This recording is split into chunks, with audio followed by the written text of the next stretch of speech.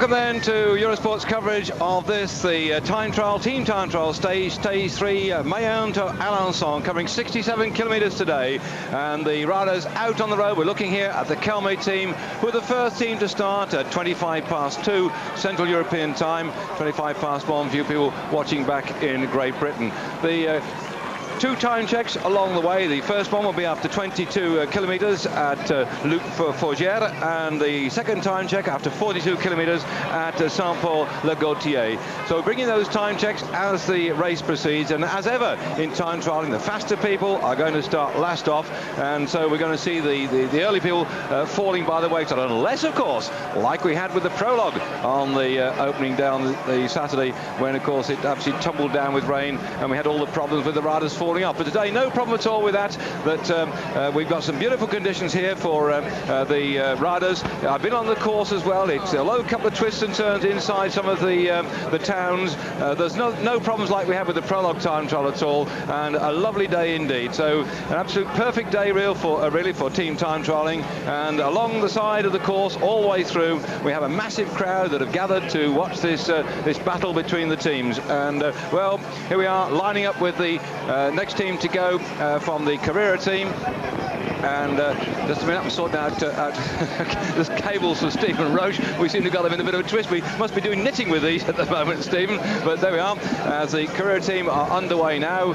They have just got off down the road, and next to go will be the Festina team, Motorola, Polti, Gavis Ban, ONCE, Mapei GB, and Castorama in that order. Reverse order of general classification as they were at the start of at the end of the second stage of this year's Tour de France. So already down the road, a good 2/3 of the field have got underway at the moment. And some of the early leaders that we had, just to give you a quick confirmation, the first time check, Aki were through there in 25 minutes and 45 seconds, Breschel was second, and Kelme in third spot. But all of that will change as the race progresses. Who are the hot tips today? Well, I'm fascinated to see some of the comments of people like Romiger, who says ONCE our favourite. Well, they've got to go well to preserve the yellow jersey of Jalabert, and he reckons in fact that the ONCE will be something like 20 seconds faster than the Banesto, but never know, we can find out as the time progresses. Indurain, he was tipping also that ONCE would be a very strong team as well. But as far as Bourdman is concerned, he's had stomach trouble at the moment and is not too happy about the prospects of his Gavis team either. So he thought, in fact, the Mapei team with Romiger might be the fastest. But none of those top men, Romiger, Indurain or Bourdman, have said a thing about Motorola. And I've had a quiet word with Paul Sherwin, my old mate, and he said they've actually been out along the course. When they came down on the Tuesday night, they stayed locally. They went out on Wednesday morning, did a ride down the course. Wednesday afternoon, they rode the course. And Thursday morning, they rode the course 3 times. And if we look back at last year's result in the team time trial, Motorola by 6 seconds were just behind GBMG. So none of the top men so far have tipped Motorola. I'm going to put you in the hot seat, young Stephen. Stephen Roche sat beside me here now. I'm going to ask him who you like to pick today as a winner.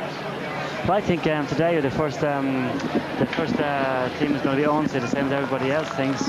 I could see Castorama possibly second, a short bit behind the ONCE team, and maybe the MG Technicom team then after that again, because the circuit itself is a difficult start. It's very up and down, small roads. Then after about 2 kilometers, that's widening up onto wide roads, and it's a roller coaster road, making it very, very difficult for teams to actually get together and work together. But it will help kind of when you see that the teams of the big riders going very, very fast, to where a small, smooth, flat road would suit them. I think that today's circle, I can't see there being very much difference between the top teams, because it's very difficult to get organised. So we see that the GAN team here, of course, missing Chris Boardman and missing Eddie Senior, 2 guys who would have been very, very prominent in the team time trial. And if you saw the names come up there, by the way, viewers back at home, you may notice a black number comes up on the fact they're no longer in the team. So Christoph Norman's name was there, but it was already on the graphic, so what they do, they just black it out. And so Senior, who retired. He's had a bad knee, actually. He struggled on yesterday, got shelled out in the first climb of the day, and in the end he packed it in, and he's had his bad knee ever since he won the French Championship on Sunday week. So they've been very disappointed, and they're riding these unique Lotus bikes, so still we in Britain have got a vested interest in this team, because that bike, of course, is developed and designed from the one that Mike Burrows first produced, and then got into the wind tunnel at Lotus. They perfected it, and then it went over to the Barcelona Olympic Games. Chris Boardman surprised everybody when he came out with his machine with just a mono blade at the front and a single blade at the back, where he just had one single fixed gear running on it. But they've developed even further since then, and a number of teams are switching into these particular aerodynamic bicycles. The weather's quite fine today. The temperature doesn't seem to be too hot. There's no gusts of wind either, and on the straight stretches, you're quite right, they're inclined to go quite quickly, but it twists and turns during the towns. It twists and turns, and most of the stage they'll have a three-quarter tailwind behind them, so I think we will see a reasonably fast times today. The only really uphill part comes out to about 27-28 kilometers where it goes up. It's a very wide road, but I've been riding it probably 54, 12, 13 for the first 20 odd kilometers. It's going to be a little bit pinch in the legs, I'm sure, going up it. And also when I was coming out there, all the cameramen, the photographers are all sitting there as well, waiting. So it's not a very steep, but it's after riding the big gear, when you hit this little hill, it's surely going to hurt most of the riders. But I think in general, I cannot see big time gaps today between the main men. Even Banesto, I can see maybe Banesto won't lose too much time, even though they haven't got one of the best teams for the team time trial. I cannot see Banesto losing any more than 25-30 seconds on ONCE, who I think have the strongest team for the team time trial. Well, at the moment, the information here we got that Gianni Bugno's team so far is the fastest at the first point of passage, 25.04. Lampe in second spot at 24 seconds. Mercatone Uno with Cipollini in there at 28 seconds, and the Aki team are behind at 42 seconds. Again, yesterday, after that phenomenal sprint of Cipollini, if you didn't see it on your television, it really had to be seen to be believed, and he thundered across the line, claiming, of course, his 16th victory of the year, although everybody's saying that no, because he's disqualified in the Tour of Italy, he's only got 15 successes. But a great, here we are running down the Festina Watches team. It's very good to see this from the helicopter, because if you notice, the first rider leading off doesn't change for at least a kilometre, so in this case they haven't changed so far. But watch the first rider now. He's doing the whole start. There's a small slight uphill at the start of it. This is trying to get the rhythm. See, the group is splitting here. That's not very good. And the rider in front here should be taking going about 80%, not 100%, but 80% to keep the group together. So he gets over the top of this first hill. He'll pull over, go to the back, and get the second guy come through. The reason for that being is that if they start going up and over straight away, it means the last guy, who is about 25 yards back, finds it very difficult to get the wheels. So what they try and do is that they designate one rider to do the first kilometre, and then after the first kilometre, when everyone is settled into the wheels, as we see here, they're all coming together now, they're all settled now. We're going to just go over the top of this rise in the hill, and we'll see the second one coming through. As you see here, just coming off the wheels here. And that man who's just done his turn has to drift right the way towards the back at the moment. They'll do that, but any gaps open up later on, he might have to drop in. A bit of a gap opening up there, and those who've done team trialing will know how much you sort of concentrate on the gap, keeping it closed all the way through. Actually, these Festina boys now riding with their disc wheel on the back. Their team manager, Russo, said to them before the start, the prologue time trial, take your disc wheels out, lads. We only want you with the wire wheels because of the crosswinds that were blowing. And on these Peugeot bikes with the special disc wheels now, but on the time trial at the prologue as such, they just rode wire wheel. I think it was a sensible thing to do in view of the conditions that demolished Chris Boardman. It's been a great talking point back in Great Britain about his problems. He was flown home to Manchester by the organisation, and of course he's going to be out of operation now for at least something like 6 weeks without his bike, and that must really put his chances of riding the World Time Trial Championship back on the blocks. You see that the GAN team here, that their feeding bottle is actually under the saddle. Like normal bikes should have a down tube where the feeding bottle is placed, but on these famous Lotus bikes you have no down tube, there's nowhere to have a bottle. So in a 67-kilometre time trial you need some kind of a drink during it. So they have the bottles here now placed under the saddle with a small little tube coming right around up on the crossbar, up into the handlebars, and they can go into the mouth. If we get a close up of it, we might be able to see it sometime. And that, of course, is another version of the triathlon bars. Sorry, the triathlon people. They were the first to put the feeding bottle behind on the saddle. The invention that's come from triathlons, where very much they're the first to use these narrow bars. They have no fixed rules about what sort of bikes you can and can't use. They just get on the bikes, they ride, they design something fresh, and amazingly it's working its way, not amazingly, in fact it's just working its way into road cycling, which has been stuck in a time warp for an awful long time, and until Moses started playing around with the shapes of bikes and disc wheels on the back, nothing much changed, and then suddenly we've got all these new ideas. But actually the GAN team we just saw there, they hadn't got a straw coming from the bottle, so which is the normal situation. They would have a straw like the triathletes coming out of the bottle up around onto handlebars, so they can just come down on and suck on it now and again. The GAN team didn't see the straw, so they must be doing it out and putting the hand back and taking the bottle whenever they need a drink, which is a little bit dangerous. And here we're looking at Mayenne, where the 67 kilometres start from. A massive crowd turned out today to see the start of the race at Mayenne. Mayenne is just north of Laval, sort of out eastward from Rennes, and the course Mayenne to Alençon runs completely in an easterly direction, and Alençon is somewhat 60 kilometres or probably just less ahead of Le Mans, north of Le Mans. So if you're looking on your map, that's where it is, north of Le Mans, Alençon, and the Motorolers are lined up with Jim Okovich, who was there originally with the 711 team, getting his lads organised. And this, to me, is the one, Stephen, I'm sure. Well, if you notice that they have, I think it's Armstrong on the right, is it?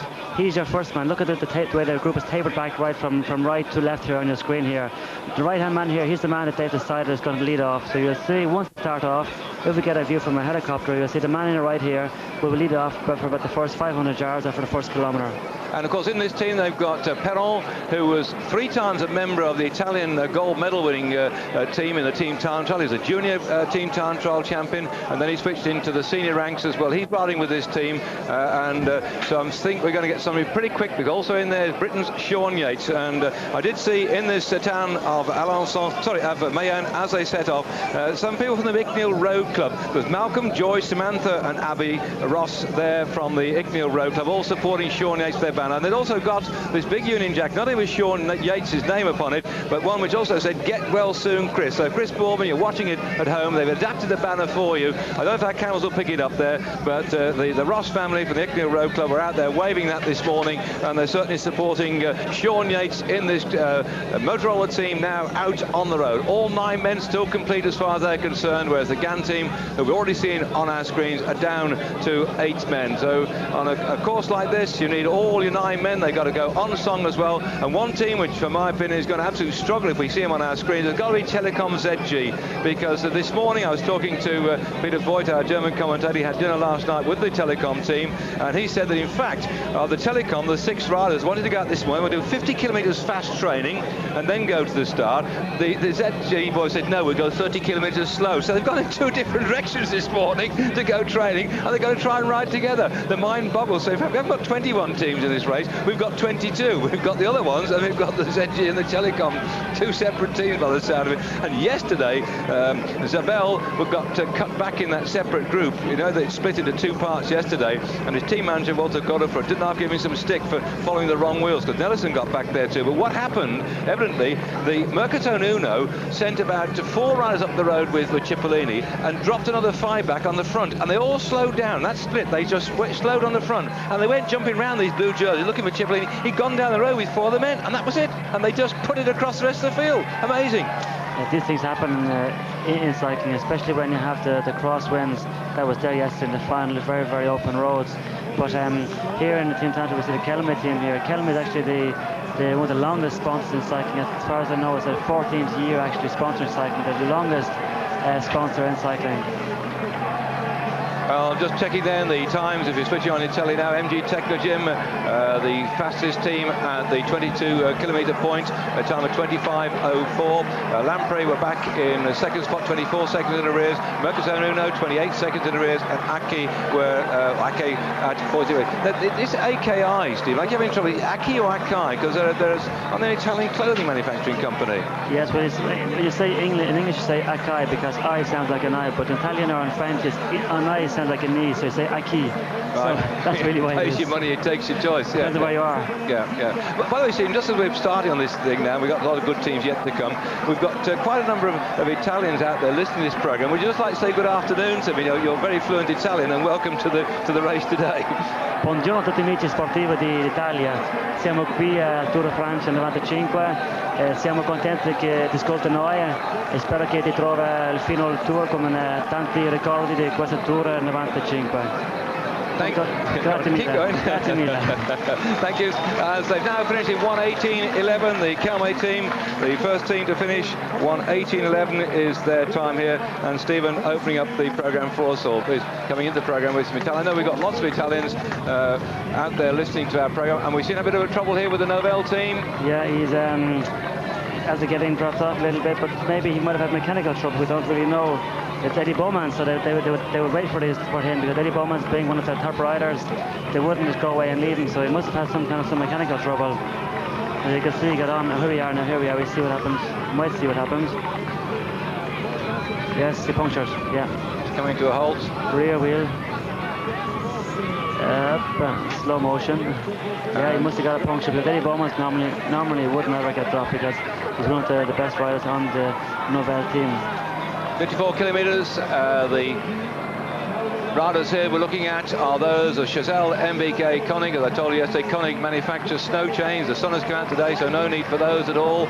And they're averaging 50 to sort of 51 kilometres per hour at this particular point. It's getting very close towards the finish. We've got a couple of fixed cameras here picking up the riders coming through the town. Along the course today, there are masses of spectators. Most of them have left the little villages and gone out to advantage points where they look back down to see the riders coming up towards them. And the roads have been packed since around about 11 o'clock this morning with spectators from far and wide to watch this time trial. Of course, with them starting at 5-minute intervals and them all having the lists from their newspapers, they can sit there with their watches and they can pick up the riders and they can do their own timing. Brescialat coming in. Yesterday, of course, Eric van der Aarden was on the front now, ploughing away. Tried to win that stage. He got away with Frans Maassen. They had about an hour in the lead. They got Snaffel coming in towards the end. He's still burying himself at the front. Yeah, we have Giancarlo Perini on the wheel of van der Aarden. They seem to have done a very good, they are doing a very reasonably good time, but it's good to see they finish in 1, 2, 3, 4, 5, 6, 7. There's 8 riders there, so 8 riders altogether. So they've only lost 1 rider in the 67 kilometres. And just to put you in the picture that the time is taken off the 5th man to finish.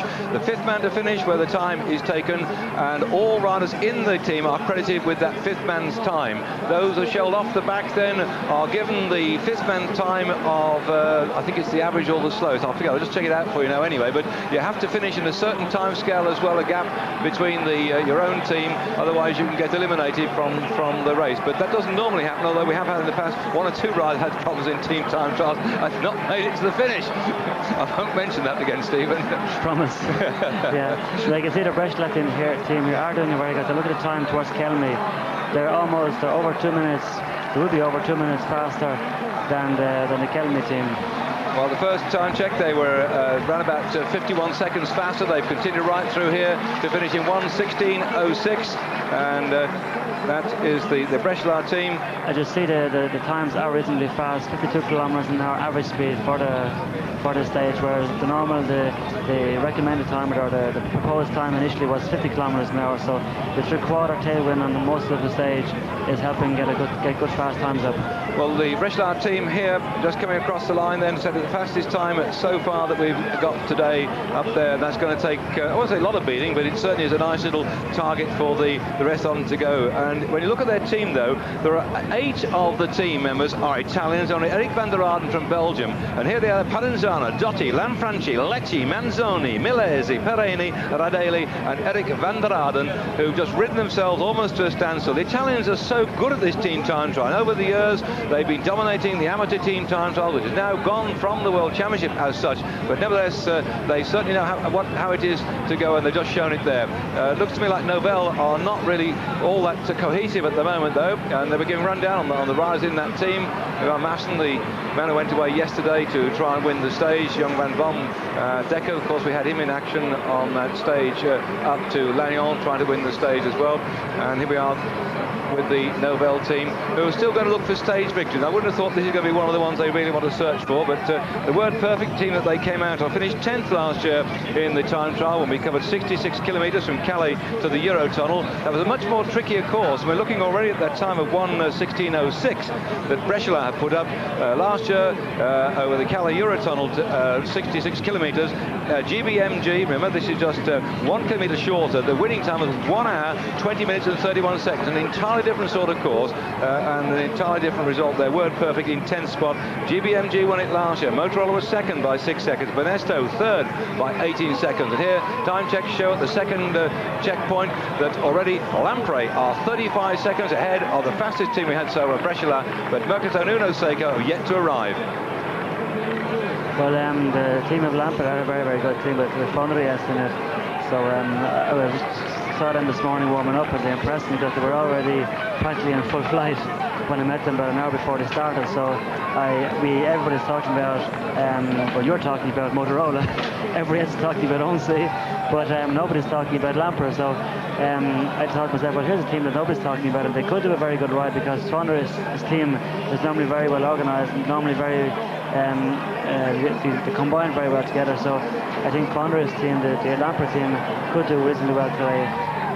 And TVM coming through here, Bo Hamburger, Jellem, Blijvens, Denbacher, Hoffman, Neidem, Redan, Skibby, Vandeleer and Voskam. As they come through now, I spoke to Jeske Skibby this morning about the long break he tried in that final couple of kilometres to win the stage, and he said we didn't think that he went up quite so high. As one man, I think, put his hand up there. I'm not quite sure he got a problem, but Skibby said to him this morning when he was with Fonriest, they thought they got it, but instead of it being flat, he just dragged and dragged and dragged more than they thought. They knew it was an uphill climb, but not as bad as it was, and they were really stuffed towards the end. And he said, I was so dead, said he, tapping his legs as Gavis Ban are lining up ready to go. And but Cipollini and Nielsen, they also didn't realise how steep it was, because if you remember, with 100 metres to go, Cipollini was still in the front with Nielsen, and both of them went backward as well because they were not. That was the day before. Sorry. Yeah. Oh yes, yeah. Sorry. Yeah. And judging these finishes like that, they look on the map, and unless they talk to a local, they won't know just quite what it's like. I mean, yes, there was an uphill one, a drag. The other one we had was the same thing, and it catches them out, doesn't it? It does, because there's very few of these stages riders would have seen before, apart from, for example, this stage.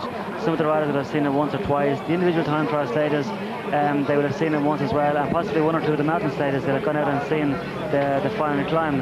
But on these flat stages, they wouldn't have had the time to go out and see them, because the season is very long as it is. There's an awful lot of racing to be done, so they only go out and see the important ones. There we are then, the Gavis Ban team underway. Number 11 Berzin, 12 Bontempi, 13 Badaro, 14 Kingjalta, 15 Colombo, 16 Frattini, 17 Gotti, 18 Risu, the champion of Denmark in the red jersey with the white cross on, and 19 is Volpi. I've not had a look down there to see whether he's riding in his national championship jersey. I rather suspect that they ride in skin suits. We might not see Bjorn Riis in his Danish national colours, because I noticed in the prologue time trial he was riding the Gavis colours, because of course making all the equipment ready for a great race like this, when you get somebody wins a championship, if you haven't got his jerseys sorted out, then for the skins particularly, it's going to take a bit of a problem to do it. It looks like they're all in the Gavis Ban team colours, and I must say thank you to the one of the drivers of the Gavis Ban team. He gave me one of the Gavis Ban shirts the other day because he listens to Eurosport all the time, so I should wear that with pride. So we see the Mercatone Uno coming in now, is it? No. As they're coming towards us now, this team is the Aki people. Aki team, yeah. Yep, and they look like they shed a few riders at the moment. Aki slimming down the... Konichev on the front. I think, yes, well, Konichev, a great strong man, he is too, but Aki started out with Jaskula, Betin, Citero, Puchanol, Gorini, Konichev, Aretsa, Simoni and Zanetti. And they're down now to only, what's that, 6, 7 riders? 5 now. Yes, Konichev pulling over on the right-hand side. 2, 4, 6, actually. 6 left. 5th man to count. And this is the last-minute arrival on the scene. They were originally going to ride with Le Groupement, but Le Groupement not in action now. Their salaries haven't been paid, so Aki are here on their own, riding with GPM also on their shorts. That's a component manufacturer. And good to see Jaskula back in the Tour de France. He missed it last year because his team didn't get selected. He finished 3rd the year before that. He had a pretty quiet season last year, but he looks like he's coming good right now. Chicheria had that crash a couple of days ago when we were going into the finish, when something like 16 or so men came down in drips and drabs. He's a good sprinter, but I think this team will just be happy to coast around and look out for the further stages when we've got some flat runs up along the coast before we head into Belgium and the next time trial. Well, that will suit them more, I think. Still 2, 4, 6 of them together. The time 1:17.28. They're going to beat Kelmy's time, I think, on the line now. They come up here toward the finishing stage, crossing their 5th man's time it'll be, and 1:30 faster than the Kelmy team. They're into 2nd spot. I was very surprised this morning when I was looking at some of the bikes. I thought, in view of previous time trials, everybody is using the 55 chain ring now, whereas everybody, the biggest ring I saw this morning was only a 54 ring. So they're always, most of them are using 54 12. Maybe it's because that's what I was saying earlier on. The road is never really flat. It's just roller coaster road all the time, so you wouldn't really be able to get a 12 going. Although I'm sure with the 3/4 tailwind that's there today, I'm sure even a 54-12 in places you'll be using it. There's your old team then. I won't use old too much, but I mean the team you rode for, Stephen, the Carrera Jeans. Have had some real success in the past in team time trials. Looking back here, they were 2nd in 1992 on the Limbourne stage, 63.5 kilometres, 1:13.15, the winning time. Panasonic, who the hell, they were a terrible team to try and beat, weren't they? Well, your team was 2nd by 7 seconds only. Yeah, 7 it was. Actually, that was the year my comeback into Carrera, and every time team time trial I rode at Carrera, we won every one of them except for that one. And when I left them, they never won a team trial since. So. But that year we actually lost 9 seconds or 7 seconds, but Capucci reckoned that the problem was there was a small false flat on it. He wanted to race over the false flat. I was taking it easy because we were starting to lose some riders. And he was saying, "No, we got to go. I said, "No, Capucci, we got to keep it easy because there's still 25 kilometers to go on the flat. If we go now, there's only 4 or 5 of us. Where if one of those 5 riders gets a puncture, it means we've got to wait for him. So you must keep as many riders as you can until the final." So I eased off a little bit and made sure that everyone got over the hill in the right space. And we went down. We finished 9 seconds only down, or 7 seconds down on the great Panasonic team at the time. Wasn't bad to finish 2nd behind the Panasonic. We really wanted to win that team time trial. But the fact that we had it gone on and there's only 5 of us, and one of those 6 riders has punctured, there's 5 riders to count. We've been really in the doldrums then. So there are decisions that has to be made on the road by a team leader, and I made a decision that day, and of course we lost by 7 seconds.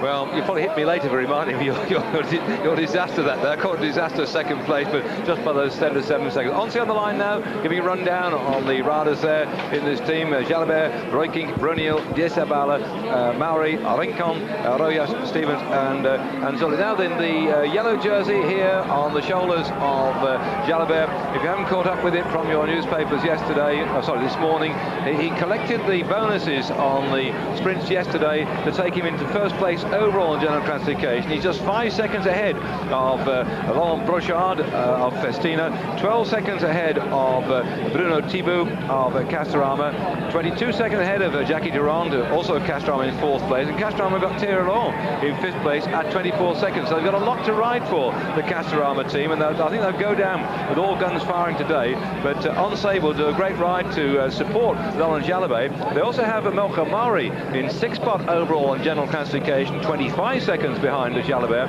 and Alex Zuller is in 8th spot at the moment, just 26 seconds down. So might find today, we've seen it before with the ONCE, they're very good time trialists. I mean, in the Tour of Spain a couple of years ago, they dominated their time trial and virtually put like most of their team in the first few places, and it took a long time to shell them out from that. So no wonder many other people are picking the ONCEs up as a team to be reckoned with. Well, if you have Laurent Jalabert, Eric Brooking, Joan Brunel, Diaz Zabella, Mashla Mauri,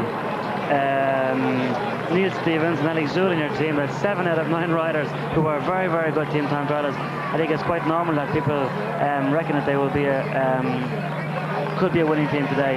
Yeah, Lampe team have been going quite quickly so far. The position at the moment then that we've got the Aki TVM looks like they and Breschelaar and Kelmy have come across and set some pretty fast times. But again, Breschelaar is the one still to beat then at this particular point, 1:02.21. Lampe Panina 1:01.48.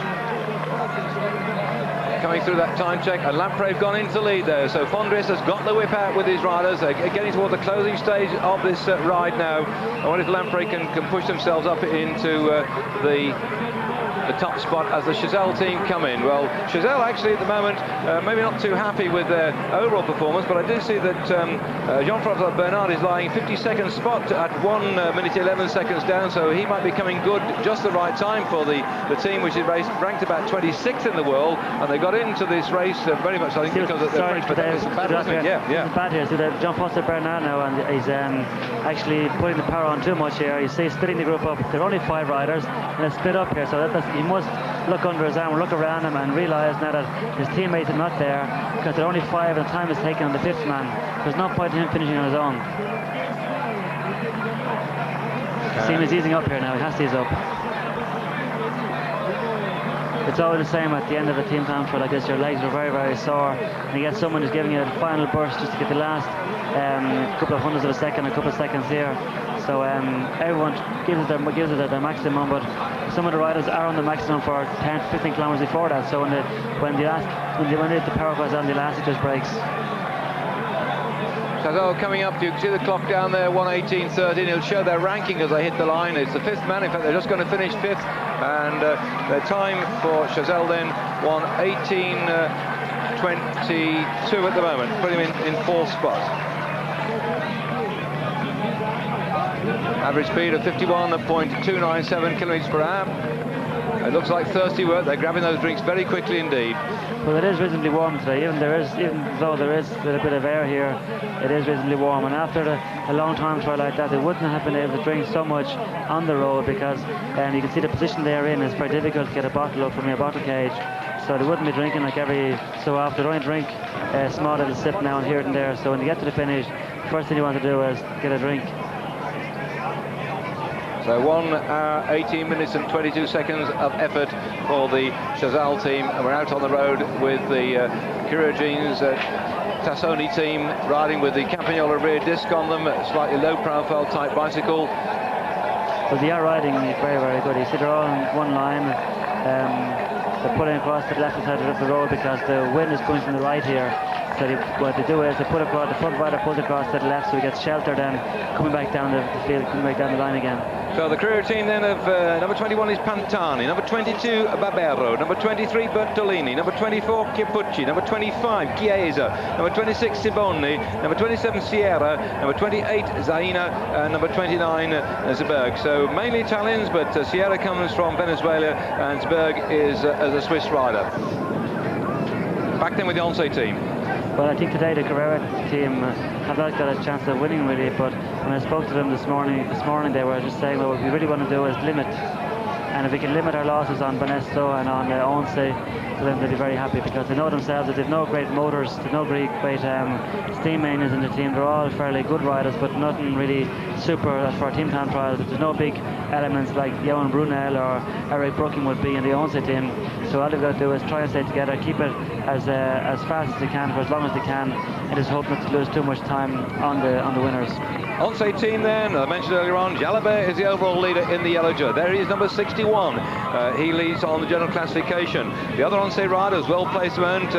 Melchior Mauri is in 6th spot, 25 seconds down on general classification. He's number 65. The 69, Soissons Neuf, is Alex Zuller, the Swiss rider. He's lying in 8th place at the moment, 26 seconds down. Further down, the ONCE have got Johan Brunel at the moment in 14th spot, 32 seconds down. This is overall classification I'm talking about now. So no doubt about it, this team can push a lot of their riders further up the general classification if only they can ride this one flatter. They're using these very unusual monocoque look frames and that straight fork, but the straight fork actually, as it goes into the headset, there's a very small amount of elastomer in there just to take the shock out of the road coming up through that very straight fork. And again, one of these aerodynamic frames to take the wind past the back wheel as smoothly as possible, as we look at TVM coming on through to finish now. I was speaking to Arnaud Rodin this morning. I know he's a great favourite in Great Britain, and he crashed 19 times last year, and so far, Stephen, he hasn't fallen off. After all the people who've come off, he crashed 19 times last year. He's managed to stay upright so far. Well, I'm sure he'd be happy to finish without falling off, because the Tour de France is very, very difficult to go through the whole tour, 3,500 kilometres without falling off or having some kind of a problem, whether it be an illness, whether it be a cold, a little small sore knee or a sore foot or whatever. It's it's so enduring that it's very difficult to go through without actually having some kind of an illness of some sort. And here they come then. They only finished 3 men last year. Dagout Larsen, I think Skibby finished, and it might have been Hamburger who finished last year in the tour. But now they've got this strong man on the front, Yellow Knight, driving along now. A lot of tall lads, by the way. Not only that, just as Skibby said, they've drafted in Huffman because he's the best looking bloke in the race. I don't know why they expect the young ladies to follow him around the one. And look at these bikes too. They've got red, blue, yellow, white, black colours on their bikes. It must be a sprayer's nightmare, but there's some great characters, these TVM lads. And they've gone quite well so far, nice and compact. Well, they are, and if you watch most of the bikes you've seen so far, they're basically the same. Whereas in an individual time trial, every rider chooses his own material, whether he wants to put on 2 disc wheels, 1 disc in the back, 1 wire wheel in the front, 1 disc in the back, 1 spoke wheel in the front, or whichever handlebars they want to use. But in team time trialing, the teams try to make that sort of let all the riders, or make all the riders use all the same material, so that in the crosswinds or in the line out, there's no switching or whatever. So the reason for that being is to try and make it as homogeneous as possible. There is Skibby on the front, right hand side of Yellow Nylon, riding on these Gazella bicycles. Gazella's been in the sport for many, many years now, and of course Wim Broekink has ridden with the ONCE team. His father, in fact the family were owners of the Gazella business many years ago, and you can see them all coming across the line here. If I remember correctly, so they're still riding on Reynolds 531. It's nice to see some people still stick with steel. I know Calnago likes to use steel. He's using occasionally titanium now and occasionally carbon fibre, but except in time trialling circumstances, the carbon fibre hasn't always broken the stranglehold of steel. Banesto then, the fastest time we got so far, and that's, well, we shall see. There's some way to go.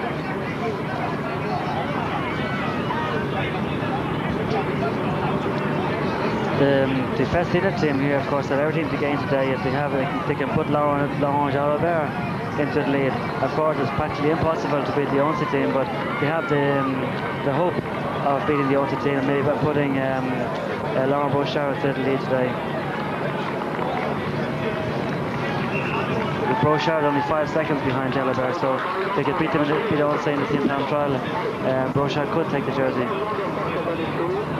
Let's check on our computer. We haven't got some recent time checks coming in. They're all French chaps here typing out on a computer all about Jalabert at the moment. They're going besotted by him, and all the flags along the way for Jalabert. Though Laurent Brochard comes from this neck of the woods, there was certainly plenty of support out along the way for him today. And the crowd's lining up. Most of these riders have got a supporters club, and we're trying to get our camera fixed on this, jumping up and down. It's 80 kilometres. That's 50 miles an hour. Yeah. They are motoring, aren't they? Yeah, it's a slight down, and you see it goes over a crest here and starts going down, but it's nonetheless a hell of a speed. So the Festina team on their nice blue and yellow Peugeot bikes here. The Festina team based in Andorra, because that's a simple way in which they can get around certain qualifications for the nationality of various riders that go with them. Festina, in fact, are doing the timing of this time trial stage of the Tour de France.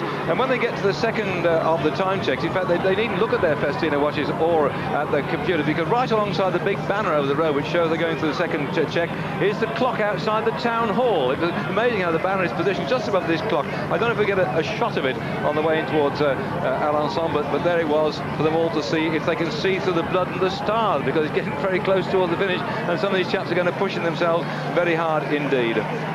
Here's the MG team now with Pugno. This team, I think, will do a good time. With Giancarlo Ferretti as Director Sportif, every time this team goes out, they normally do very, very well. So I think the MG Techno Gym team, I've put them down in my books in the first 4 or 5 today. I just see here they are doing a good time compared to Lampe. And the MG team were the one that won the time trial last year, team time trial, carried to the Eurotunnel when we all jumped in our cars and went on the train under the tunnel before it's open to public, and they won that one just ahead of Motorola by 6 seconds. Banesto was third at 18 seconds. Castorama were fourth at 27 seconds as Festina begin to get a bit of trouble now. Last year in fifth spot was Mapei class, 42 seconds back. Gavis was sixth at 1:02. Lampe, this is surprising today how well they've got. They were no better than seventh last year, 1 minute 15 seconds down. who had all sorts of problems with people falling off and just couldn't get their act together, and Greg LeMond suffering all the way through, were 8th at 117. Polsey were 9th, 123. Weren't Perfect, who are now the Nobel team, were 10th at 155. And ONCE, who are tipped to win today, were 2 minutes and 2 seconds down last year. How it has changed in 12 months. One of the problems is just Jean-Cyril Robin off the back there. He wasn't actually off the back, but what happens is on these corners, the guy in front goes around the corner without braking at all, so he's going around it very, very fast. But before you go back down the group, you can't see where you're going really, so you're automatically braking. So the first guy is going around maybe, for example, at 55 kilometers an hour, whereas again you get to the corner, you're only going at 40 kilometers an hour, so it means they're making a major sprint out of each corner to get back onto the wheels. So it's up to the guy in the front who's leading it to take into consideration that the back guy is going to have some difficulty coming out of the corner, so he doesn't just sprint out of the corner as if there's the finishing line of the road. He must take his time and just put the power on the pedal, just gently, but not, of course, too relaxed. They're losing time just to keep the momentum there, so that the guy in the end of the line isn't getting a too hard job to stay on the wheels. Lotto hammering along here toward the finish. On the front then, the champion of Belgium, Nilsson, trying very hard to keep the balance of time as close as they can do. The team then led by André Chimil, number 131. Then De Klerk, Bado De Klerk, 132. 133, Peter De Klerk. The other riders in there are Farazin, Frison, Muriels, Nilsson, Sargent and Verdonk. All except André Chimil, who's the Ukrainian. These riders are from Belgium. The Lotto Isoglass team in the black and red, these familiar colours now, and how disappointed Nilsson must have been when he got done over yesterday by the tactics of the Mercatone Uno team, which split the run in toward the finish. And there he is in the black, yellow and red finish. Another man who crashed just over a year ago on the second stage of the Tour de France. He and Jalabert came down. In these 12 months, what a difference we've seen with Jalabert. But still, Nilsson has one idea in mind, that's to win stages in the Tour de France. And his team here then will just try and keep Chimil, I suppose, really in contention on general classification. And they're riding in here 1:18.48. The Belgians have not always been the greatest time trialists in the world, but just gutsy all-round ride. Look, Nilsson looking back to see what his damage he's doing. They're finishing, what, 2, 4, 6, 7 of them. They've only shelled out one man so far. Coming up towards the line then, Lotto Isoglass finishing in 1:19.03. It's a reasonably good time for the team, but when you see Mark Sargent in there, he's riding his 10th or 11th Tour de France this year. He rode all the tours when he was young with the likes of Jerry Knittemann, Jan Rast. Then he went on and he rode. Every year he's ridden with some leaders or of some kind, but every year he's back there because himself and like another Belgian rider called Guy Newlands, they are the best team riders that are around at the moment. Even though they may have a little bit of age on their side, they are the best team riders I know on the market at the moment. Lampe, next team to come up here, and yes, I've just checked the facts. You're quite right. Lotto, in fact, Marc Sargent, 36 years of age. It's the 12th time he's ridden the Tour de France. As the Lampe team coming through this packed crowd on their way up towards the finish at the end of this 67 kilometres from Mayenne to Alengon. They've only 5 riders left, actually. And on the front it's Fondres. He's got that Pink Panther helmet on. If you have a chance of looking at it, because they're the pink team, he calls himself the Pink Panther, and Kierpucci might be the devil. Well, on the front, Fondres, who tried so hard to win the stage yesterday with Jessica Skibby in that final kilometre, but got caught and went back out on the line. The Brescia team look like they're going to be pushed out of first spot, with Lampe coming up here. 1:16.06 is the time to beat. Can Fondres' team do it for him and take him up into first spot then? On the line, their time 1:15.37. Lampe are in the lead. Of course, there are still a lot of teams to come. So, and of course, the teams of ONCE, of course, being a stronger team than the Lampe. But once again, it's a very good time for the Lampe team, especially when they only finish with 5 riders. A quick look then at that Crouch helmet of Fondres on the front, driving this team along in to now take the lead. The team of Fondres, Belli, Conti, Galetti, Gonchenko, Perona, Seppellini, Sforada and Pavel Tonkov. Pavel Tonkov, who's just been recent winner of the Tour of Switzerland. We're going to see him in the mountains, I'm quite sure. The Russian rider, what a mixed bag they are, the Lampe. Italians plus one from the Ukraine, one from Slovakia and one from Russia. We're back with the Mapei G team. They are running up on your screens are the members of this team now with the fact that, in fact, they split, of course, in the last year. GB, MG rode together, and this team, the Mapei team, is quite an unusual one. They've got about half a dozen Spaniards, about half a dozen Belgians, about half a dozen Italians as well, and close to Bromwich is a Swiss rider, and they've got different members who are good at classics, who are good at road racing in the stage races. But let's see how they're going to combine today on the team time trial. Well, they are very, very motivated, of course. Wouldn't you be if you were running his team? But in the Giro, I saw them riding, and they rode an incredible Giro as a team. They were always there. They rode very much on the front. They are maybe not the best team time trialist team in the world, but they are very, very good, and they have an awful lot of good guys in the team, very strong, big guys like Andrea Taffi, who, as we were saying yesterday, he has lost 7 kilos this year, and he's going much the better fodder. He's going very, very well this year. And of course, with the fact that Rominger being in for the win in the Tour de France, it's a lot of prestige, and of course the financial benefits for the team if Rominger can win. So it's I'm sure they'll do a very good time today. Here's this famous Telecom ZG team. You see half the team here in Telecom jerseys, and the other half are in ZG colours, which is very, very unusual in the Tour de France. I personally hope that this doesn't continue, because when you have, like you see Motorola here in front of us, every rider riding the same jersey, it's much nicer than having half the team riding in one colour and the other half team riding in the other colour. Even if it's for commercial interest, or it's just trying to help two teams get together to ride a Tour de France, I think it's hopefully it'll always stay as it is now at the moment, with all teams riding the same colours. So we see the Armstrong there, 111, calling for the team car. Hoping nothing's wrong there now.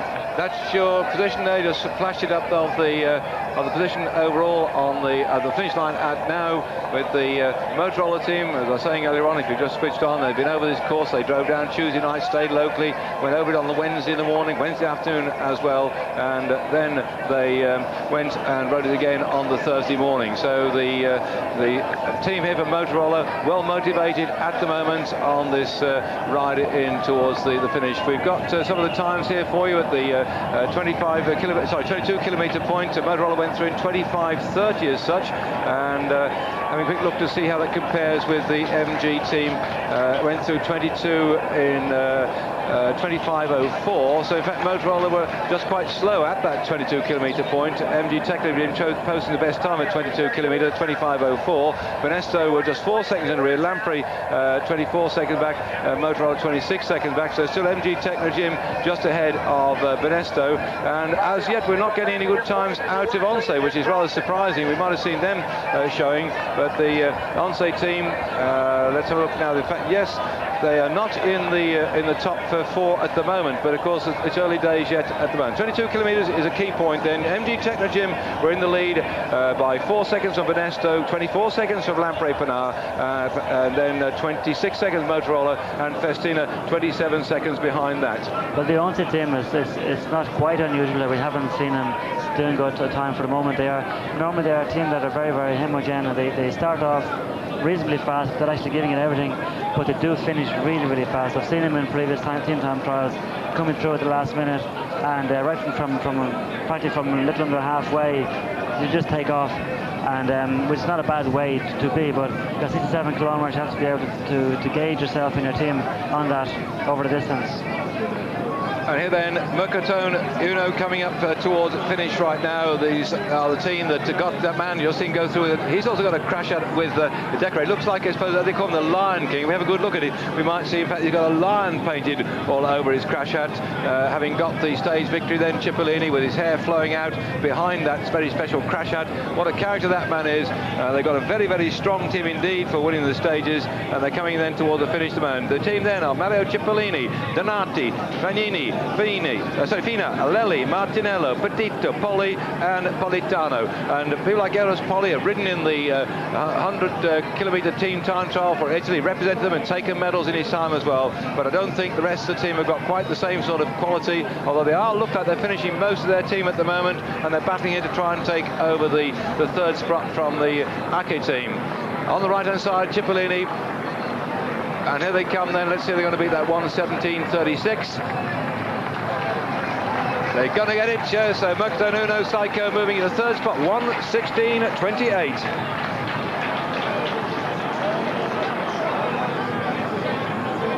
There's a close-up of Cipollini's crash out right in the centre of your screen. Now, yes, it's the Lion King himself, winner yesterday, but they're not going to win the stage today. Are you colder than I am? How was that? The MG Techno Gym team coming up here could well take the lead as they cross the line. It's 1:14.44, and that's the best time to date then. 1:14.44 for the MG Techno Gym team after 67 kilometres of this time trial for teams from Mayenne to Alengon. Look at the concentration on the face of these riders. That's suffering, Dave. That's suffering, not concentration. The concentration is before the start. Now the suffering. You should know. You've done enough of it in your time, young man. How many Tour de France did you ride? I rode, I actually started 9. Yeah. I started 9 and finished 7. Well, you had so many problems, didn't you, going around there? I well remember them anyway. So they've now gone across the line and have taken the fastest time. Let's mention those names of those riders which you just see come across here, because they have set the fastest time so far in that team then from the MG Techno Gym. Gianni Bugno, the champion of Italy. Baldato, who won the stage the other day, a fantastic sprint. Cassani, Eli, Yaman, Lola, Chiandri, of course, of Great Britain, 1:57. Maximilian Chimandri, who was born in Derby and now, thank goodness, British passport. We've got something to be pleased about. We've got a British, perhaps a man up there as winning a stage today in his team. And Vanzella, the man who took his yellow jersey in Great Britain last year in the Tour de France, also rides for MG Techno Gym, and Franco Vona in that team as well. That was a team then that have snaffled the lead at the moment. Gavis here, 24:48 at 22 kilometres. I'm just looking back down. Yes, they pushed MG Techno Gym down by 16 seconds. ONCE there, 23 seconds behind them. Lampe at 40 seconds. So Gavis Ban, nothing yet then of the Motorola team in that top 4. They showed earlier on they're being pushed down a bit now. So all their training seems to come to nothing. Gavis, the fastest. That is phenomenal. They've beaten at the first time check at 22 kilometres MG Techno Gym by 16 seconds. No, but we were saying that the team is a very, very good team. They're very well experienced. They always ride very well together. When they have a jersey to defend, they're always one of the best teams defending it. And of course, Giancarlo Ferretti has been renowned for his team preparation over the last few years. He never has bad riders. He always has good riders. When he gets a medium rider, he'll always make a good rider with him. When he gets a good rider, he'll make a very good rider with him. So he's very well respected by riders, personnel, and everybody in the cycling fraternity. But it'll be very interesting to see now what Mapei doing. They will have time checks, of course, on the Banesto teams, on the MG team of Bugno. They'll have time checks on them all. So, which happens very rarely to Rominger. Rominger is normally in a bad team, but he's normally in a lesser good team, and he's normally off ahead of the likes of Ingeran or the Bugnos, and they're able to get time checks in his team. So this year, for once, table is turning around for him, and maybe this will help him. I feel they should do a reasonably good team time trial to be able to go out and beat Banesto, or to be able to go out and beat MG Techno Gym. I don't know, but they shouldn't be too far off. It's very, very important for Rominger today if his team can beat Ingeran, because the timings will stay the same until the individual time trial next Sunday. And if Rominger can be ahead of Ingeran today, it means he'll be starting out behind him in the individual time trial on Sunday, which will be a great advantage to Rominger for the result.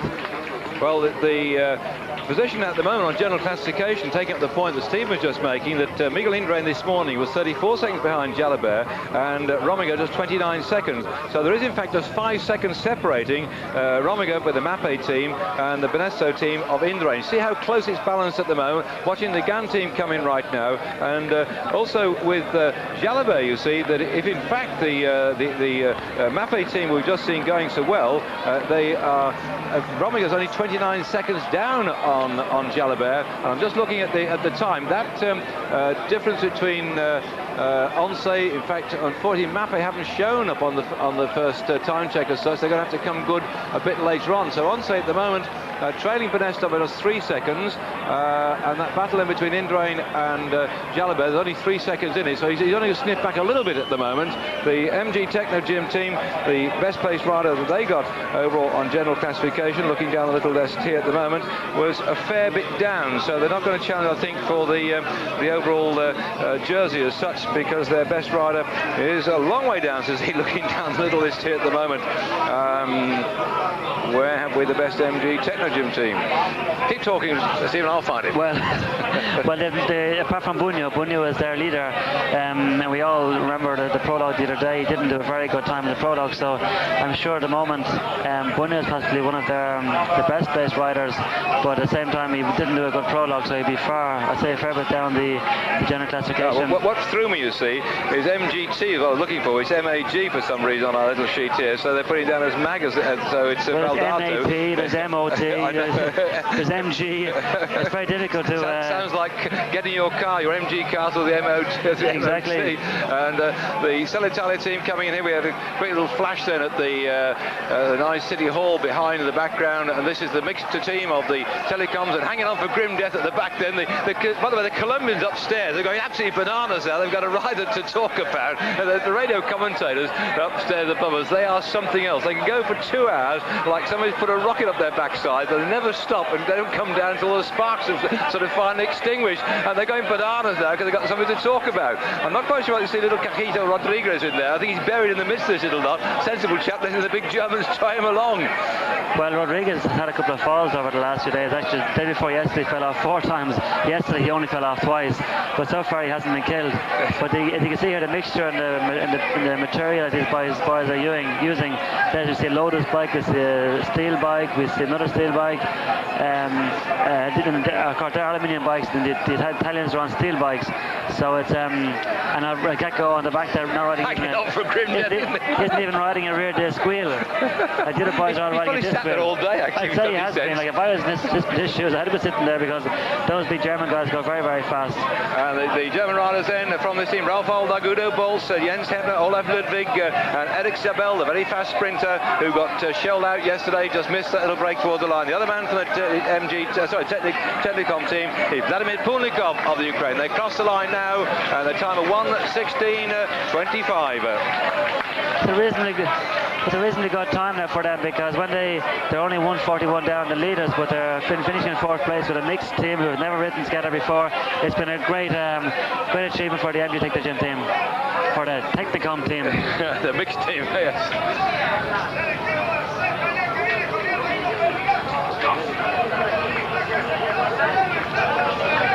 Looking at the Poldi team out on the road, let me update you on the position as Nelville also coming in to finish the time trial. They've got round about another 13 kilometres yet to go. As they swing round this bend, I'll put you in the picture. After 22 kilometres of racing, all teams have now gone through that point. Gavis Ban with the fastest team in 24 minutes and 48 seconds. In second spot, MG Techno Gym, who so far posted the fastest time at the arrival of 1:14.44. They went through in second place behind Gavis Ban at 16 seconds. Banesto team with Indrain on board were 20 seconds behind Gavis.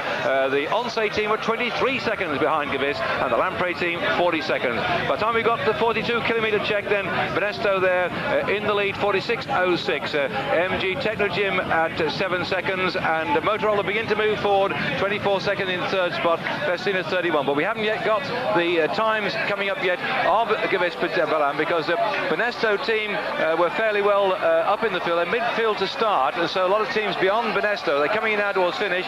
We've still got after Banesto to finish 1, 2, 3, 4, 5, 6, 7, 8 teams yet to finish. So the times they're going to post will be interesting, and it'll be a long gap before we know if the Mapei team, who are last but one off just ahead of Castorama, are likely to cause any trouble. And they really are going some here, looking very good indeed, very stylish. Third fastest at the first time check, fastest at the moment at the 42 kilometre. The time to beat 1:14.43, which is MG Techno Gym's time. Lampe Panard are second, 54 seconds behind Brescia, 1:23. You can see here the Banesto team are going very, very well. They're still practically actually the whole 9 riders are together still, so they must have had a very good time. I'm sure they have a very good time now. You see them all sprinting here with Injuran here buried on the right hand side of the screen. Banesto then, number 1 Indurain, 2 Alonso, 3 Aparicio, number 4 David, 5 Garmendia, number 6 Gonzalez Arieta, number 7 Miranda, number 8 Rue, and number 9 Uriarte. An awful bad crash yesterday, but it looks like 2, 4, 6, 8, 9, they've all made it to the line. They're going to take it on the line, they're just going to snip it there at 1:14.09, and Banesto go into the lead. 35 seconds faster than MG Techno Gym was a very, very good time, because we're saying that the MG Techno Gym team were doing a very good time. So it'll be very interesting to see now the ONCE teams, as they haven't actually come onto our at 22 kilometers, they were 23 seconds down. So it'll be very interesting to see now how they come back towards the end, and of course the team of Mapei, because at the end of the day we're talking about the ONCE team, we're talking about Jalabert and Zule, we're talking about the Mapei team, we're talking about Rominger. So they're the three important individuals in this team time trial, because if they lose time here, well, it's very difficult to get any time back in anywhere in Tour de France. But they're all hoping to do well compared to Indurain in the team time trial today. And that is the current standing at 67 kilometres at Alençon.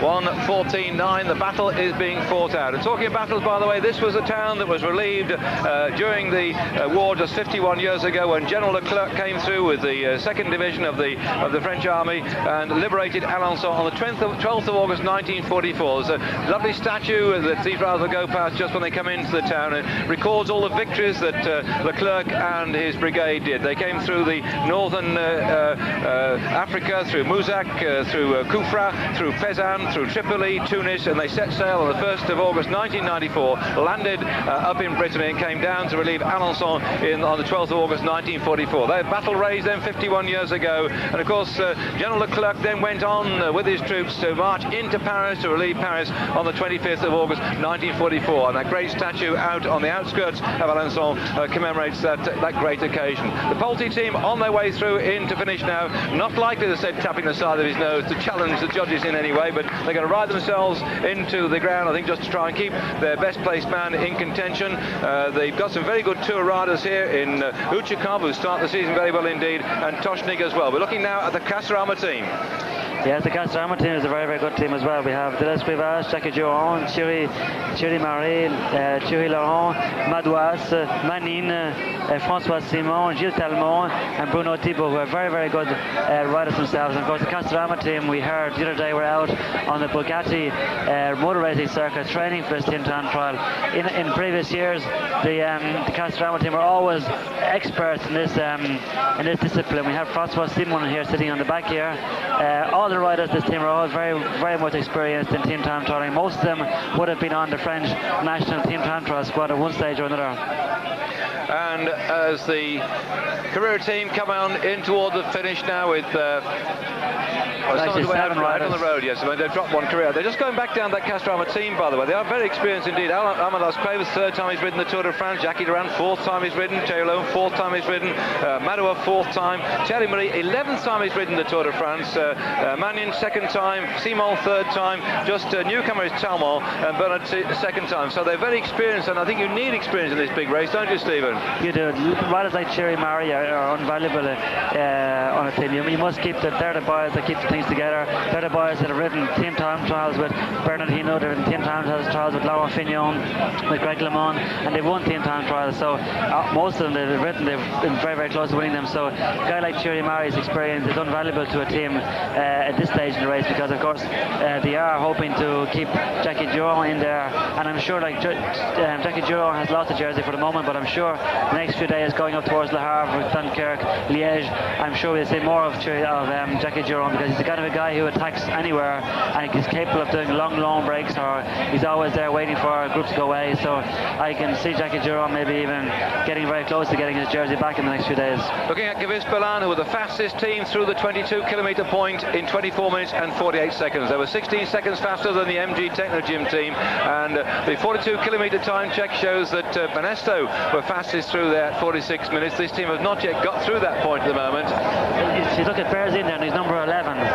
Look at his 1, 2, third rider from the back. He's got number 11 on his back. That's was the number I rode when I won the Tour de France. And they said that this guy invented this little label after winning the Giro, and he put a map of France on the left and a map of Italy on the right, and he put one under Italy and one under France, meaning one in Italy and one in first in Italy, first in the Tour de France. Then I came to Tour de France, I got number 11 was the number in Tour de France, and I came out and I won. So everyone talks about number 51 being the greatest number, or the number that kind of brings a lot of luck to a rider, as a lot of former Tour de France winners have all had 51 on their back. So maybe Berzin might be on a lucky number this year with number 11. Following in your footsteps. Well, certainly I've got him down as a long shot for this race. People said, oh, Indurain's so strong, he's so strong. But Berzin he wasn't quite in form for the Tour of Italy, was he? I got the suspicion that he was riding like about 75%, 80% perhaps. He just wasn't quite on form, and this could be just the right sort of training he needed for that one to bring him so on form for this one. He was, if you remember, during last winter he had a lot of contractual problems with, he's going to one team, he's going to another team, so again, any young rider cannot cope with that kind of hassle. So I think going into the Tour of Italy he was only even 65% of his form, but towards the end of the Tour of Italy he came out onto great form, and he made an incredible impression on Rominger. So I think coming into the Giro here, the Tour de France here, I don't see him really being in great form, but he's a rider which is well capable of riding himself in. And of course, if you all remember from the last 2 or 3 Tour de France's, the last week Indurain always gets a little bit weaker. So I'm sure if Berzin comes on form like he has been in the last couple of years, and Rominger or Indurain goes off a little bit, it will be to Berzin's favour. That's the 42-kilometre time check. We just saw the Gavis team go under. We're interested to see what will be the time when it comes up from our timekeepers sat there with their Festina watches. Buttons pressed, lads. It says 46.06 for the fastest time so far from Banesto. Gavis actually pushed them back by 20 seconds, and Motorola at the moment at this particular point are lying third behind MG Techno Gym, 24 seconds back. They begin to come too, and there is Berzin. We'll wait for that time to come through because this looks very interesting indeed, this time for the Gavis team. There we are, we've now got it at 45.16. Banesto being pushed back 50 seconds in arrears. This team is really motoring for Berzin. He's not really well placed over on general classification. He started today over a minute down on GC to Jalabert, but the way they're going at the moment, they're certainly going to carry this man up into the top few vital places in this 1995 Tour de France.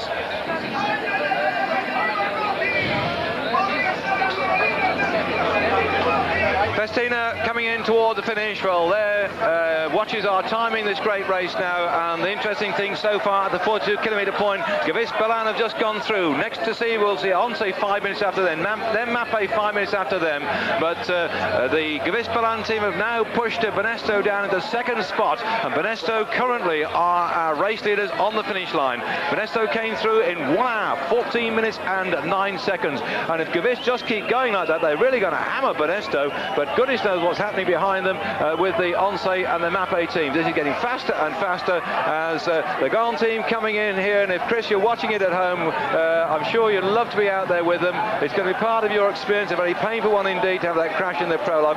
We wish you a very swift recovery as fast as you can do, and to Eddie Senior with his bad knee too, because Gone now, the insurance company, they operate out in Great Britain, and I'm sure they'd love to see the British rider last a bit longer, but it's one of those things you have to learn at some point, and they're still riding their heart out here, these lads, and the time checks we've had so far have not put them up in the top half dozen or so, but we'll give you their time when they cross the line.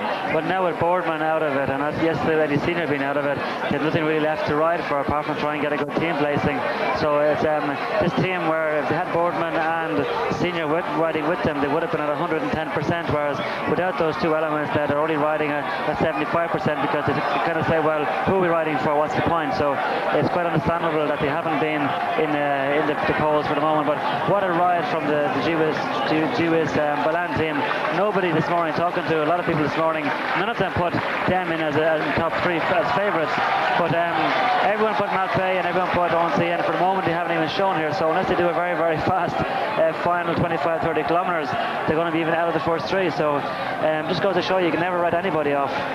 Well, I think my predictions for the day, I'd got Motorola down as first, ONCE as second, I think I put Gavis third, but I'll have to wait and see if that comes right, because on the start list today, ONCE are running behind Gavis. Motorola were started 10 minutes in front of Gavis, and looking at that time check at the 42 kilometre point, Motorola 1 minute 14 seconds down, so my prognostication has really bitten the dust right now.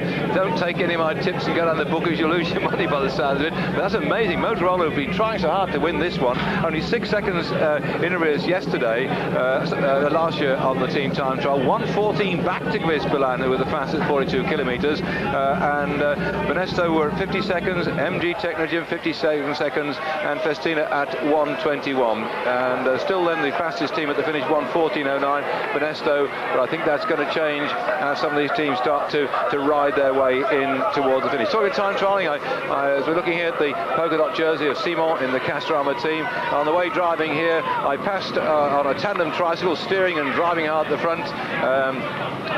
One of my great old friends, Dave Pitts, who's broke many records in his time, record breaking, living out in Ireland at the moment, and he came out of Ireland. He's already taken up the Irish ways, by the way. He forgot, left his bag with all his clothing in Ireland. I thought he's only been there a few months and he's already acting like the Irish. Sorry, Stephen, but a very good friend of mine in the old tricycling days, and potting along there with a pair of trainers on his clipless pedals, and so he's having all sorts of problems at the moment. Nobel coming in here to finish this team of young races, with still Abdul Japarov searching for that stage victory.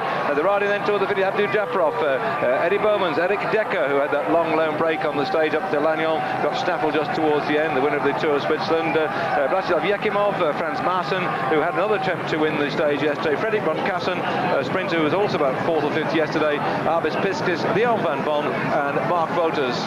You must remember this team, they are a very, very good team, but even without Japarov here riding the green jersey, Eddie Bowman unfortunately had a puncture early on the stage, and I'm sure that would have cost him at least 20 seconds. We see the Castorama team with Francois Simon getting dropped. That's very, very unusual, because he's one of their very strong riders in team time trial, so he must have some kind of a sickness or something, because he's not normally he's one of the strong men in a team time trial. Be a great disappointment for the Esquivas, because he was counting a lot on Simon to help him in the team time trial. And then Breschland's time, who were the early pace setters, they were up as the leaders. When we came on air earlier on, they were one of the fastest teams, but they've been pushed back slowly but surely, and now they're in 4th spot, being challenged by Nobel, who are coming here. They're actually finishing, looks like all their 9 riders. I'm not going to try to count them, I'm just seeing Abdul Japarov goes across the line, and it's in 1:16.01 for the Nobel team to finish there. And here come the Motorola team, and the team that's flying at the moment, in 4th place at the moment, Motorola. Let's see how they do when they get in towards the finish in just a moment or so.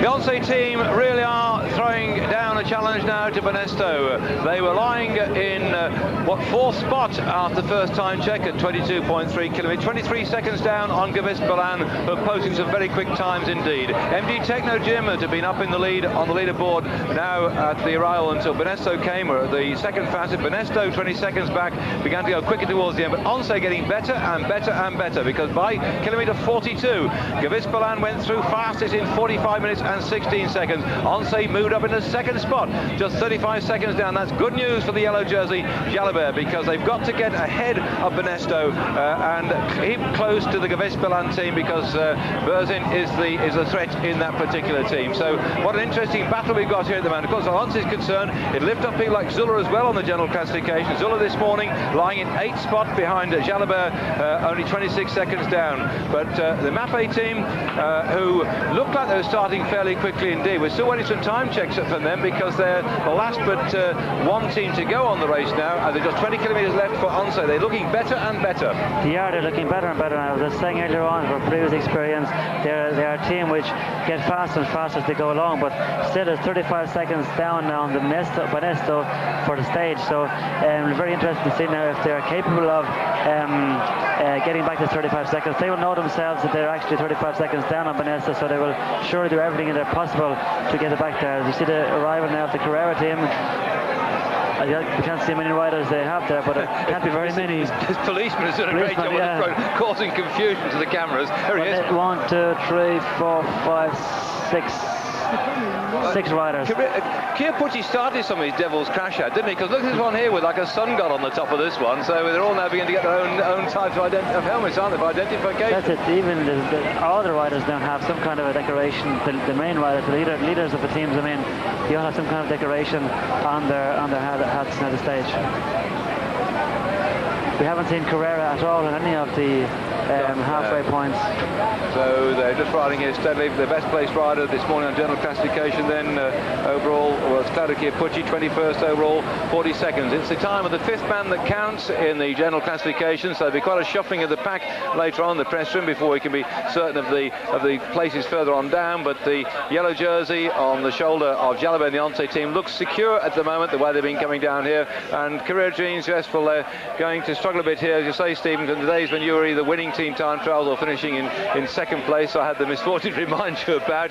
Looks like they're not really hitting it on all cylinders at the moment. Still a lot to go for, because really they must look for the mountains with Pucci and Pantani, and Zion is a good all-rounder too. So I think this team's going to come good later on, aren't they? Of course they do, but at the same time, when you're riding the Tour de France, you'd like to have some kind of to be in there with some kind of a chance to win the overall. So when they're losing 3 or 4 minutes here and there, it's very difficult to get it back again. So they are, Carrera finishing, but disappointed with that one, and some fast men out on the road.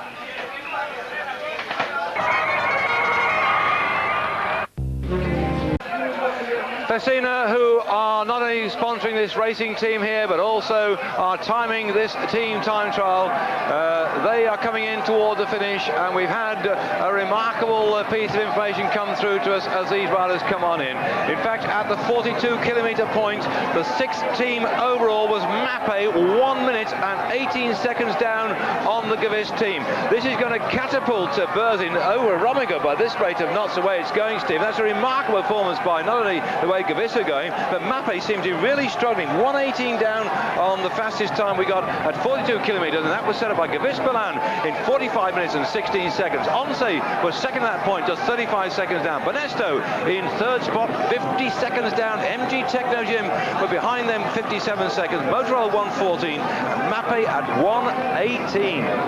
It's a very disappointing ride so far by the Mapei team. We thought they would have been in there much nearer to the Banestos, much nearer to the ONCE riders, but maybe they might lift it up a bit coming towards the end, but still 1:15 and 1:18 down now, and still with 20 kilometers to go, it's very difficult to get under the minute. So if they can get under the minute, it'll still leave Rominger some 30 seconds behind in Duran, which is not at all what Rominger wanted. Rominger wanted to get a good time trial under his belt today, so that to try and keep his 5 or 10 second lead he has on Duran on GC, so that in the time trial next Sunday up in Liège, that he will start off behind him and so he can get good time checks, rather than it being the contrary, with Duran off behind Rominger, as has happened in every other time trial for the last 3 years.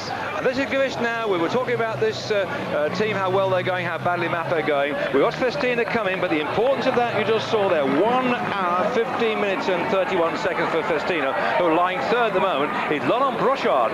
Start this morning in just 2nd place, only 5 seconds down on Laurent Jalabert. So his team have ridden their socks off today to keep him up there in contention. A great ride then by Festina, and I think we're providing the clocks for this particular thing. They've been very pleased with that. They must have, I've done the I've seen Festina go so well. Obviously charged up with the fact that Brochard is 2nd at 5 seconds to keep him up there in contention. But that's it, like they could even, if they keep going the way they're going, they might even take the jersey off Jalabert. So they're one team that's actually going, and not 100%, but 150%. Like they have everything to gain in there with Laurent Brochard this morning starting off less than only 5 seconds down on the yellow jersey of Jalabert. So they have that inside. Possibly this morning not believing that they will be able to beat or get near beating the ONCE team, but if they keep going the way they're going, they're very, very close. And here we are then, the ONCE team out on the road at the moment. We've gone through all the early time checks. In fact, the first time check, that I took a photograph. I wanted to have a photograph of my Rover car with the time check thing up there to show the people back in Britain when I got there. And I stood there, and a bloke was actually blowing a bugle there, but he went by. But he only blew one though. So I went across and I grabbed this bugle and I played a very bad version of Come to Cookhouse Door Boys, because it was lunchtime, you see. I used to blow a bugle many years ago, and the whole of the village started to cheer as I drove through. I thought, and the policeman looked like he's going to lock me up for the rest of the day. Back to the race, sorry about that. You're lucky, Dave, you're lucky here. So the ONCE team here, let's run down on the team riding for the yellow jersey of Laurent Jalabert, who's got that tremendous sprint. He now can climb as well, and he's wearing number 61. You can see him down there in the yellow jersey. Number 62, as the camera picks him up at the top, is Eric Broiking. We go straight through a tree, don't we? Johan Brunel is number 63. Diaz Zabal is number 64. Malcolm Mauri is number 65. Olivier Rincon is number 66. And Mariano Rojas is number 67. Neil Stevens, the Australian, number 68. And Alex Zuller, the Swiss rider, is number 69. There they go, riding very smoothly indeed. Johan Brunel there is the guy in the front at the moment, still doing a tremendous relay on the front. He was one of the Belgium team time trial squad years ago, and every team time trial he's ridden, he's always been very good. He had a bad fall early on this year, which I forget what he actually broke. He broke something anyway, and he was out of action for a few months, and he's only starting back there with the recent Midi Libre, where he actually won a stage. So he's coming out the form now at the moment as well. So just in time as well, because Zule and Jalabert today, but possibly Zule when the mountains come in, will be needing riders like Brunel, who can actually ride in the mountains, ride in the flat, and who are very, very good team riders. And here comes Motorola, their best placed rider on general classification, 10th overall, Frankie Andrew, just 27 seconds down. He lost 10 seconds yesterday by finishing in that second group. They had hoped to get the victory today, and Paul Showing, we had a chat to him earlier on before the program came underway. He said they've been training so hard this one, they put their hearts and mind to it. They finished second last year by 6 seconds. It's not going to be so this year, because as they went through the first of the time checks, they were outside the top 5, and as they went through the second time check at 42 kilometres, they were at that point in 5th spot. So let's see what they're doing now. If they can dig something out the bag and perhaps head MG Techno Gym, because MG Techno Gym team were only just some 17 seconds faster than at the last time check we had. MG Techno Gym's time at the moment, yet to beat on this final arrival, was 1:14. I'm just having a quick look. 1:14:40 something. Here we go. 1:14:44 is the time they've got to beat here for the team from Motorola. The Americans in this team at the moment, driving the thing as well. Of course, Sean Yates is in there, Perron is in there as well. They're coming up then, and the 1:14:55, they're struggling a bit to even beat Festina's time. I think they're going to do it there. They could move into third spot at the moment. They're certainly not going to topple MG Techno Gym, but they could just take the third place of the Festina team, and they've done it now in 1:15:09.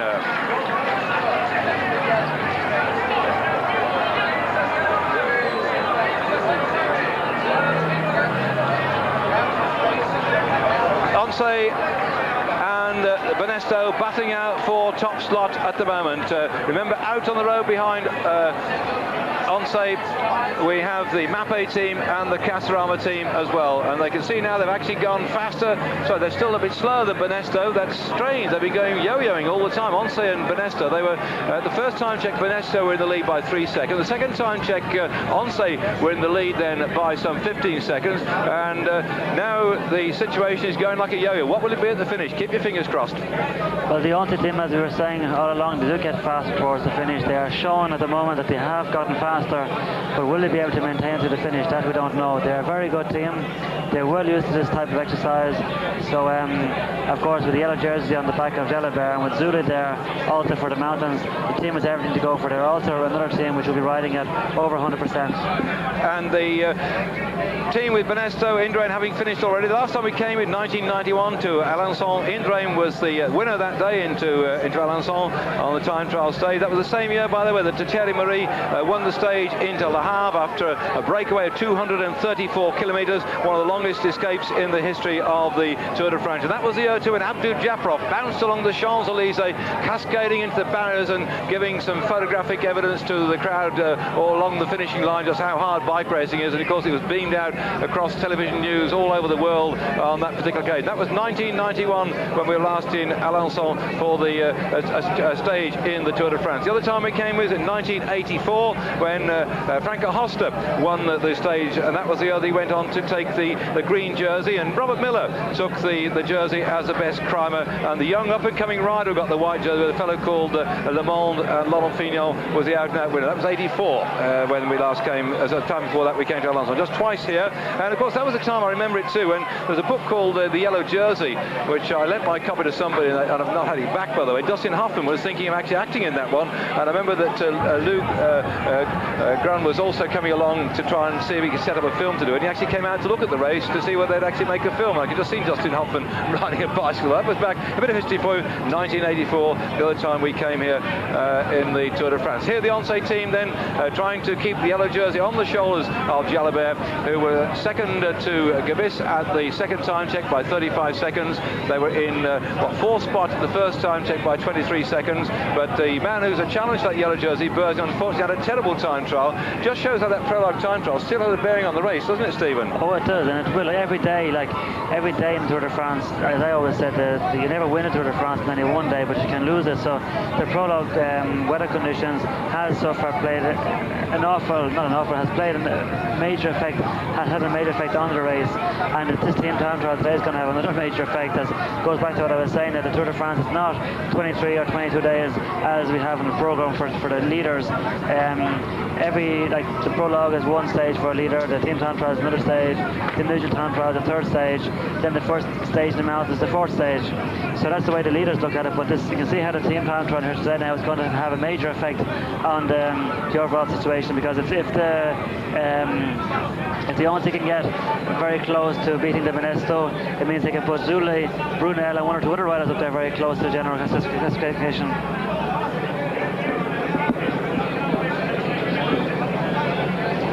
Heading then towards Alençon in Normandy. We've come out of Brittany and on the edge then of Normandy. We're heading up along through Le Havre and up towards Fécamp and Dunkirk and right away along the coast as well, because this part of the world has been actually fought over many times in the past. Even the English at one point in time claimed that they would have this part of Normandy, and it's been very much fought over many times indeed. It was 1023 when it was first of all Perche, then Maine, then Normandy, and then along came the English who took it over as well. So the Britons were here from 1417 to 1472 when Britons actually controlled this neck of the woods. Napoleon came in 1811 as well, and it's a town of great history. Now here on the edge then of Normandy, having come out of Brittany.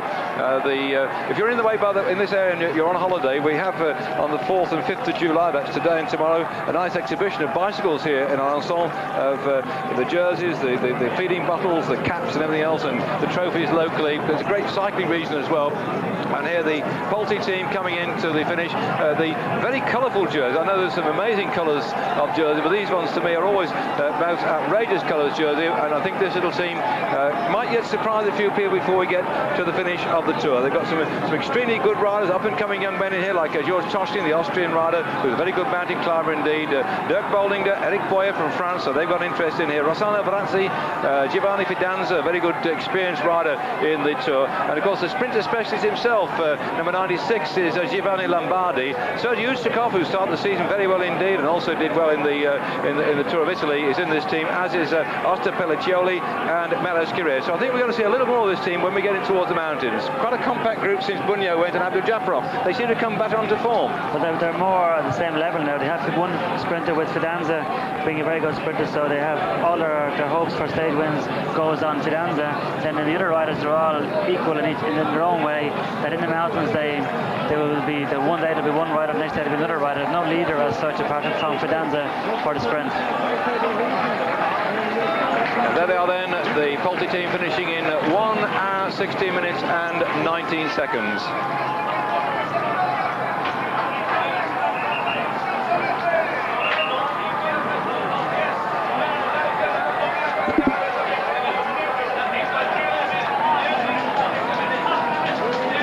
The Gavis Ban team coming in here. Well, they've been setting such a hot pace so far in this race, this team time trial, that Berzin undoubtedly is going to find his chances of taking the yellow jersey, foisted quite a lot by this tremendous performance from the Gavis Ban team. They were fastest at 22 kilometres when they went through in 24 minutes and 48 seconds. They were fastest at the 42-kilometre point as well when they pushed ONCE back by 35 seconds.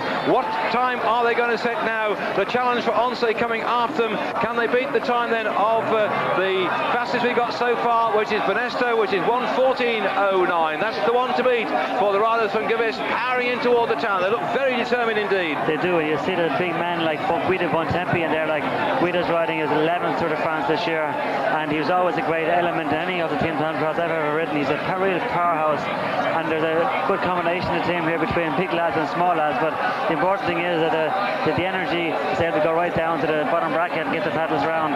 But it's an incredible performance by the Gavis Ban team here today, because they're also, maybe there's 1, 3, 4, 6 of them left in the final, which is very, very good, and they're still doing a very incredible time.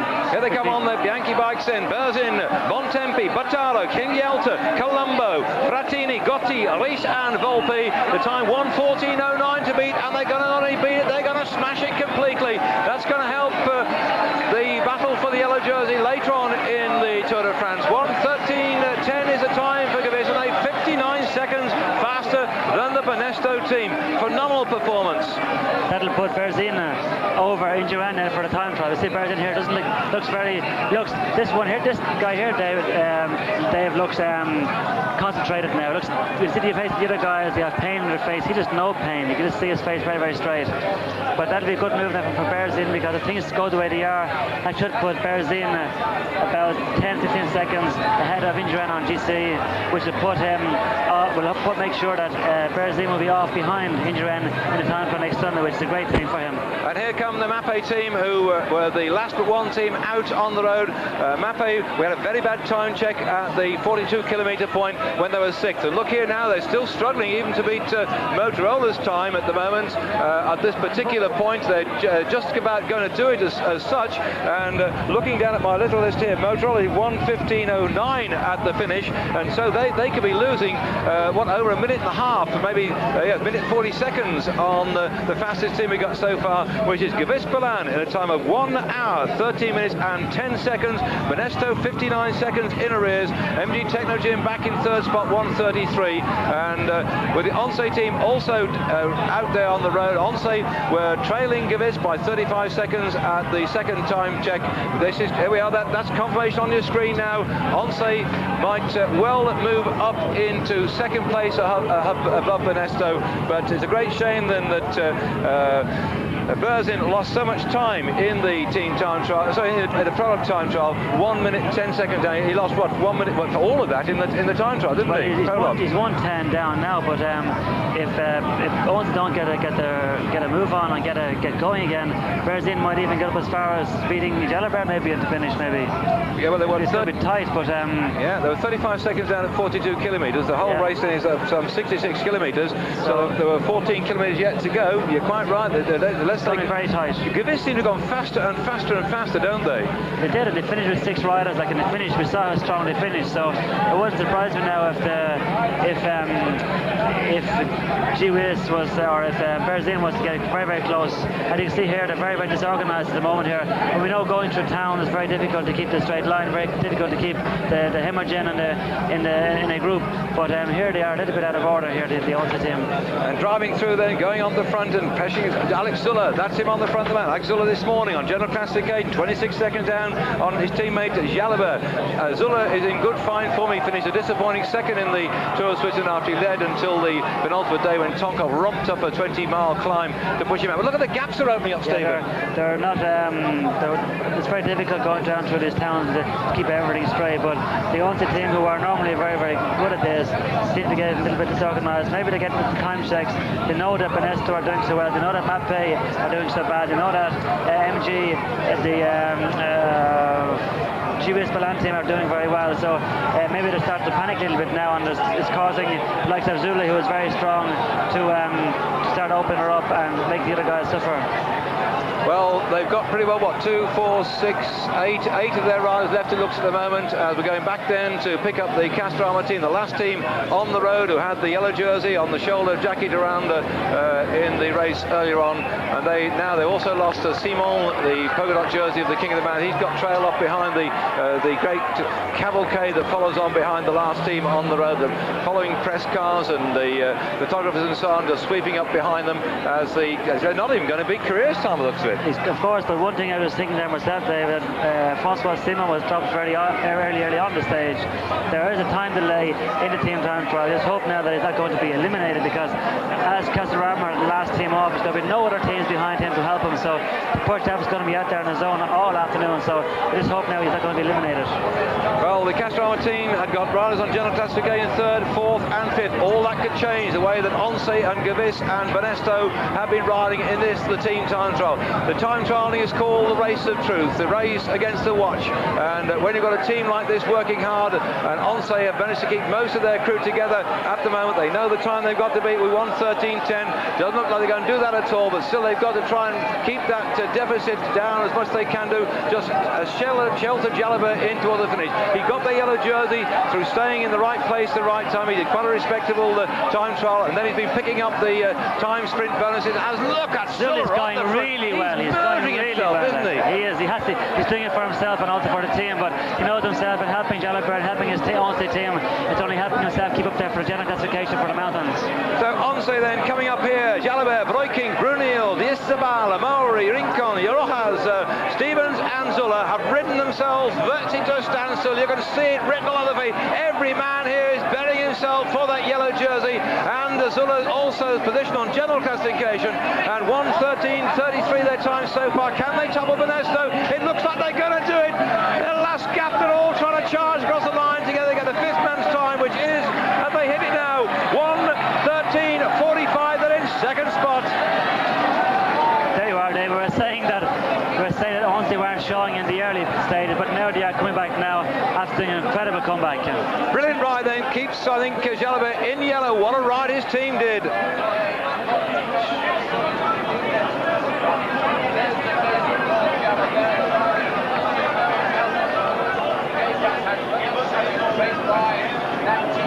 Close-up view of Jalabert, who was so well protected by his team. They seem to have gone through a bad patch in the middle of the race between 22 and 42 kilometres. They began to climb back up again, and ONCE there 35 seconds behind Gavis Ban, Banesto 59, so it means that still there's another 24 seconds between Jalabert and Indurain. So they've done very well indeed today, the ONCE team. That also is going to help the future position of Zula, who was in 8th spot. The other ONCE rider, well placed overall on general classification, was Jan Brunel, 14th as well. So they're going to start moving up because Castorama looked like they might be shedding some of those top places they had. Thibault in 3rd spot, Durand in 4th, and Laurent in 5th spot, because they were 12, 22 and 24 seconds down on Jalabert, but the team is beginning to struggle quite now. So the general classification as we go into tomorrow's race is going to be very, very different from that which we came in today. There's one thing about the Tour de France, isn't it, Stephen? You have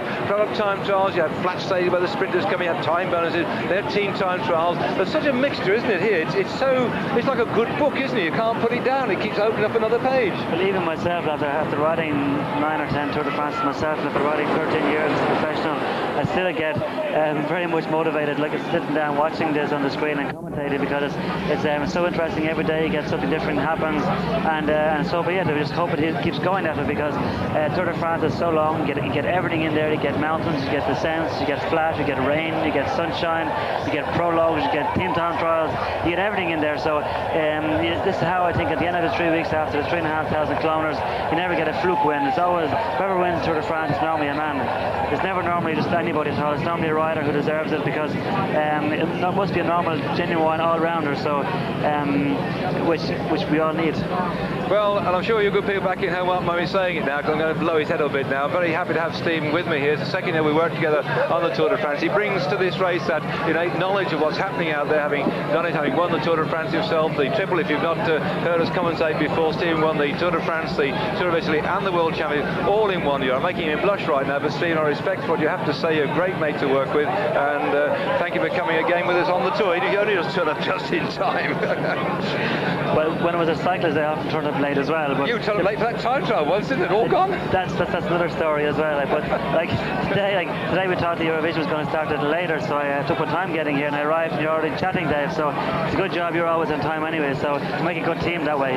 Everybody would tell you back in England, I'm a terrible timekeeper. It's just when I work for Eurosport on the tour and others have played, I have to be here early, but because what people don't realise, the amount of work, the preparation, the interviewing the rider, going down the course, the things you have to do, it does take a tremendous amount. If you're only here for 2 hours, you need between 4 and 5 hours of preparation, believe you me. And I had to get here bright and early. In fact, had a good chance to speak to Pat Liggett, Phil's wife, who was here in the nice sunshine, who was over there having a chat with his wife as well, and it was a good chance to have a look at Alengon. I'm going down to dip down and get a photograph of my nice Rover parked outside the Rover showroom in just a minute, but it's all over and done with because we're going to relax up this one. We're going to have a long time to go back to the press office and get all these results, because there's been quite a shakeout of the results today. It really has turned the thing upside down, and I think none of us actually, Steve, have all honestly expected Gavis Ban to go quite as quick as it. ONCE, yes, but Gavis to me are the surprise of the day. But nobody, I think, put Gavis Ban in the pronostics for today, so I think it's an incredible ride by them.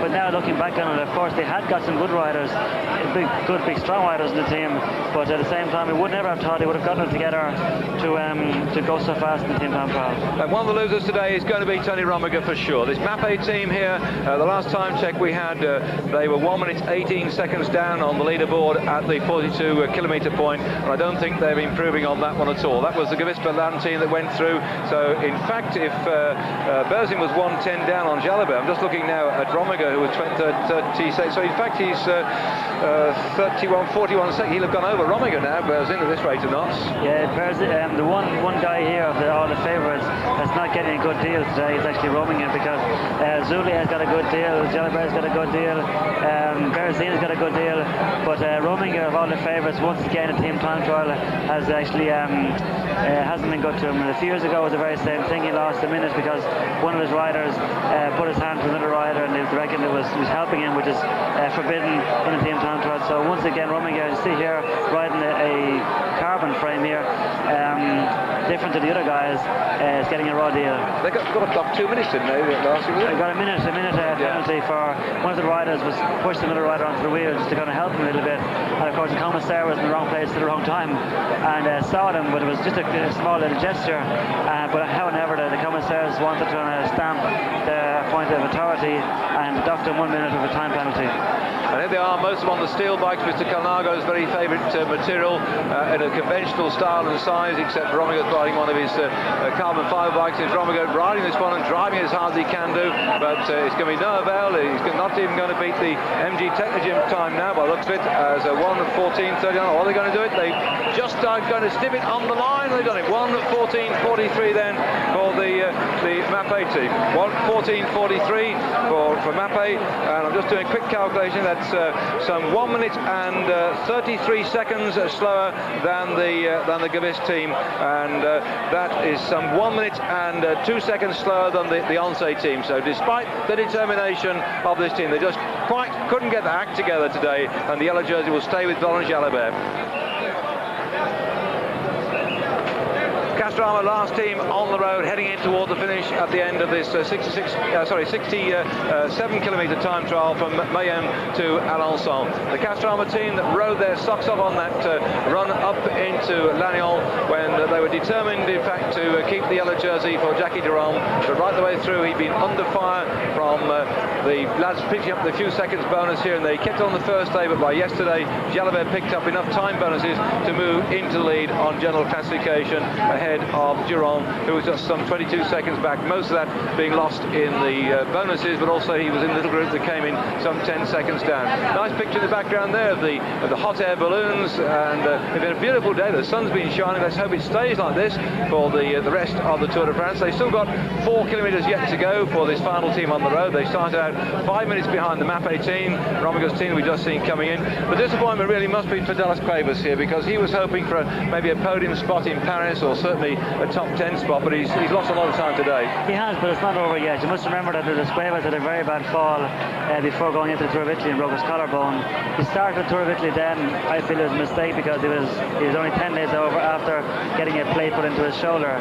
But however, after the Tour of Italy then, he's abandoned the Tour of Italy. He got his act together again. He rested up very well, got his shoulder together, and came back again and rode a few good races then before coming to the Tour de France. So with a bit of luck, he will be coming on form as we get down to the mountains. And there's only one team time trial in the Tour de France, so he knows it well.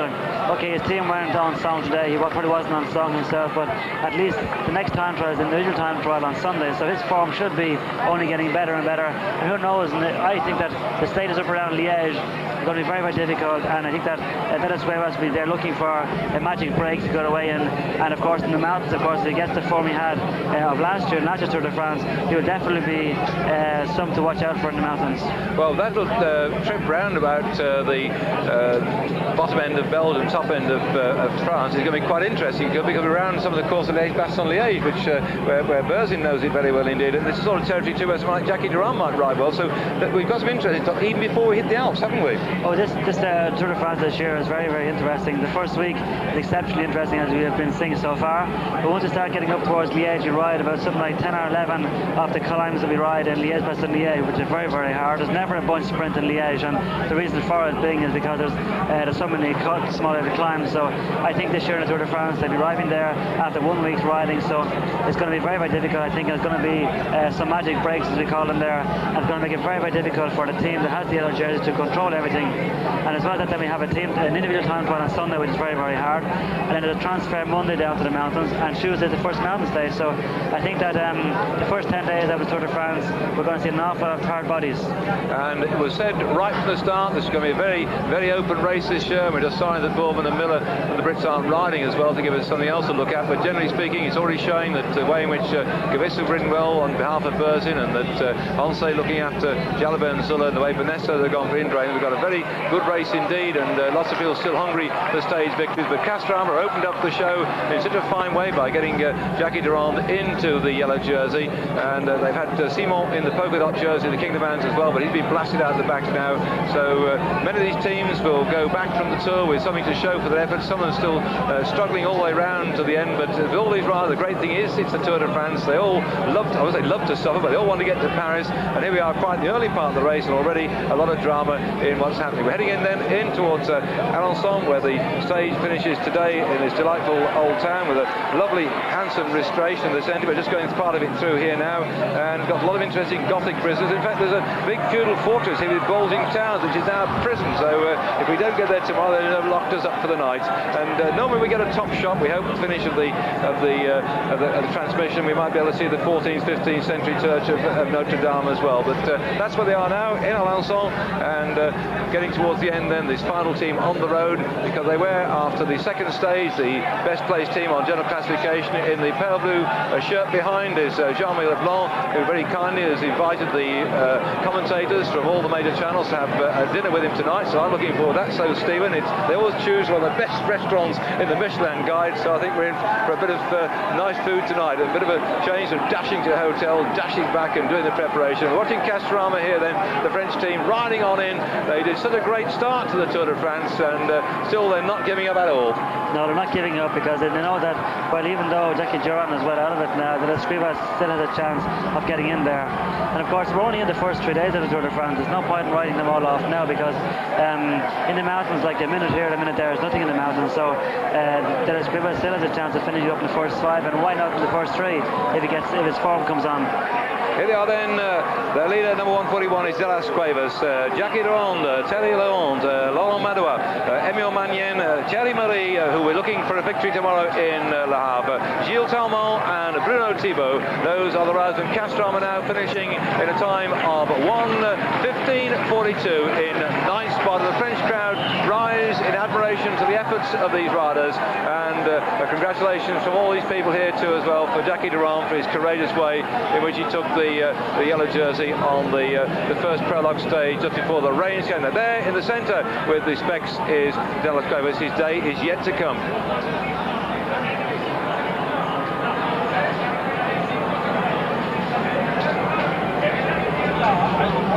Fine view of the outskirts of Alençon, and we're down there, just that great big sort of stalk sticking up in the sky. That's one of the television cameras that we have to pick up. That's the long finishing straight in, and we're looking back now in slow motion at the Gavis Ban team coming in with on the front Navegi Berzin, this man who surprised everybody with his spirited victory in the Tour of Italy last year, a man who showed enormous talent from being a world amateur pursuit champion in Japan, burst upon the scene in road racing now, and he's leading his team through here to take victory in the team time trial stage of the Tour de France. This stage 3, 67 kilometres from Mayenne to Alençon. Gavis Ban running out victors in 1 hour, 13 minutes and 10 seconds.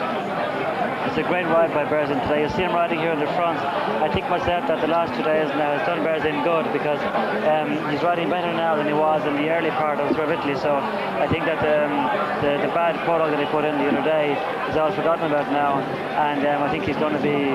I think I've been saying Berzin is going to be a good rider. I think he's proving it every day. He's proving it more so. But I think that watching him here on the front of it's him here on the left-hand side of the screen here. The face he's on him is very cool, very, very concentrated, and the way he leads the group over the line, I think he's got very, very good form, and he's very conscious of it as well, and very confident. I think somehow too that while Zugramov last year, was good towards the end when he took those 2 stages in the Alps, with him having those 2 cracked ribs in the Tour of Switzerland and retired, somehow they can concentrate on one leader now, can't they? I felt myself that when they're riding in the Tour of Italy, that with Ugramov and Berzin, that they could both, be there in an attacking position. I wasn't quite sure, how they were actually performing. But they did in the Giro. There was an awful lot of problems with, because they weren't able to decide who was going to be the leader. It was only until the second last day they made a real mess of it, the 2 of them all together by riding after each other, that the team boss called a meeting and said, listen, okay lads, the meeting actually lasted 3 hours, but then the next day was the last day in the Alps, and Berzin and Ugramov rode a fantastic team race together. It wasn't me, it was him, it wasn't him, it was me, and they did a fantastic team race to attack Rominger, and did a great job of it. But unfortunately, Berzin won the stage. Fortunately for Berzin, he won the stage on the day of his 25th birthday, so taking another 45 seconds or so out of Rominger, but it was too late, of course, because the Giro was over.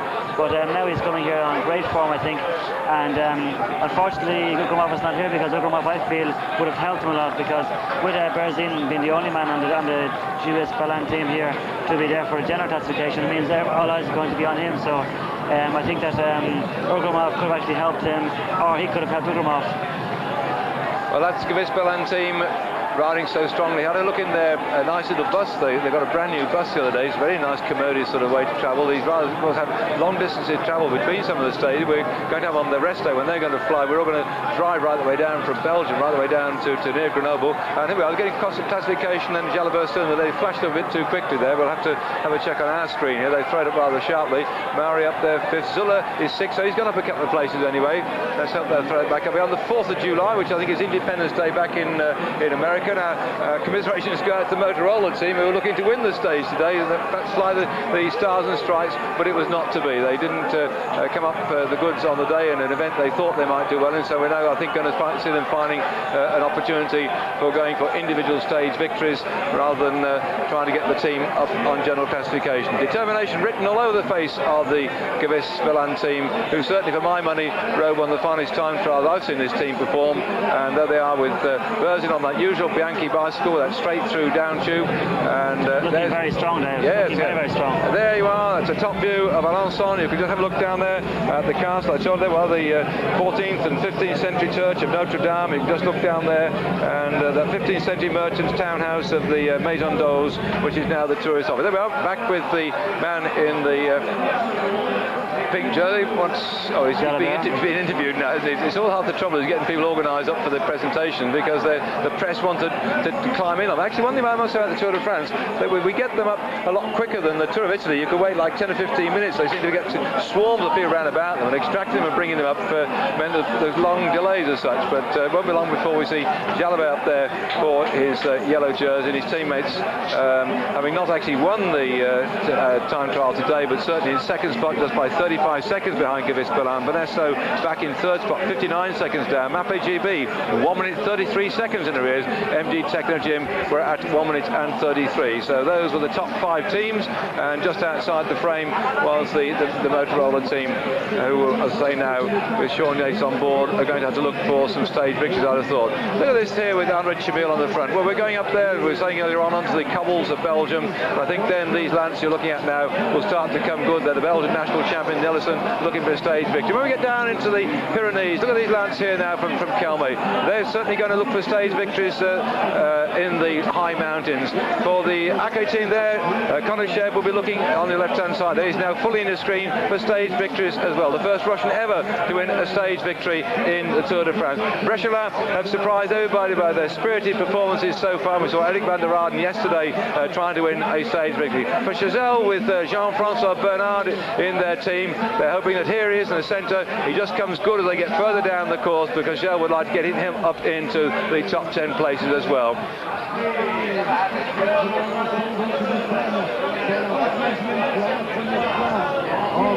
And the Lampe team with Fondres on the front will certainly be looking for overall positioning both for Fondres and Tonkov. Here the man right in the centre of the screen, they're drifting up with the Larnage crash helmet. Cipollini will be looking for more stage victories yet in the Tour. MG, well, they looked for a victory today, but they got shoved down into 5th spot, so they'll be disappointed with that today. But certainly I think we'll probably find the MG team challenging also for stage victories. There's the Notre Dame, and the whole of the town then will be full of the people going off to find their hotels for the night and spreading out far and wide. You can go like 50-mile radius of any town and find people from the Tour de France sat there somewhere trying to get a hotel bed for the night. Most of them have got our bookings well in advance, but those who come on spec towards the end find themselves having to go a long way to get a bed. A lot of campers out today. I've seen cyclists with their camping gear as well, and I've actually seen some cyclists here with Aberdeen Cycling Club all across the back, so they've come an awful long way down here to Alençon to see the team time trial stage,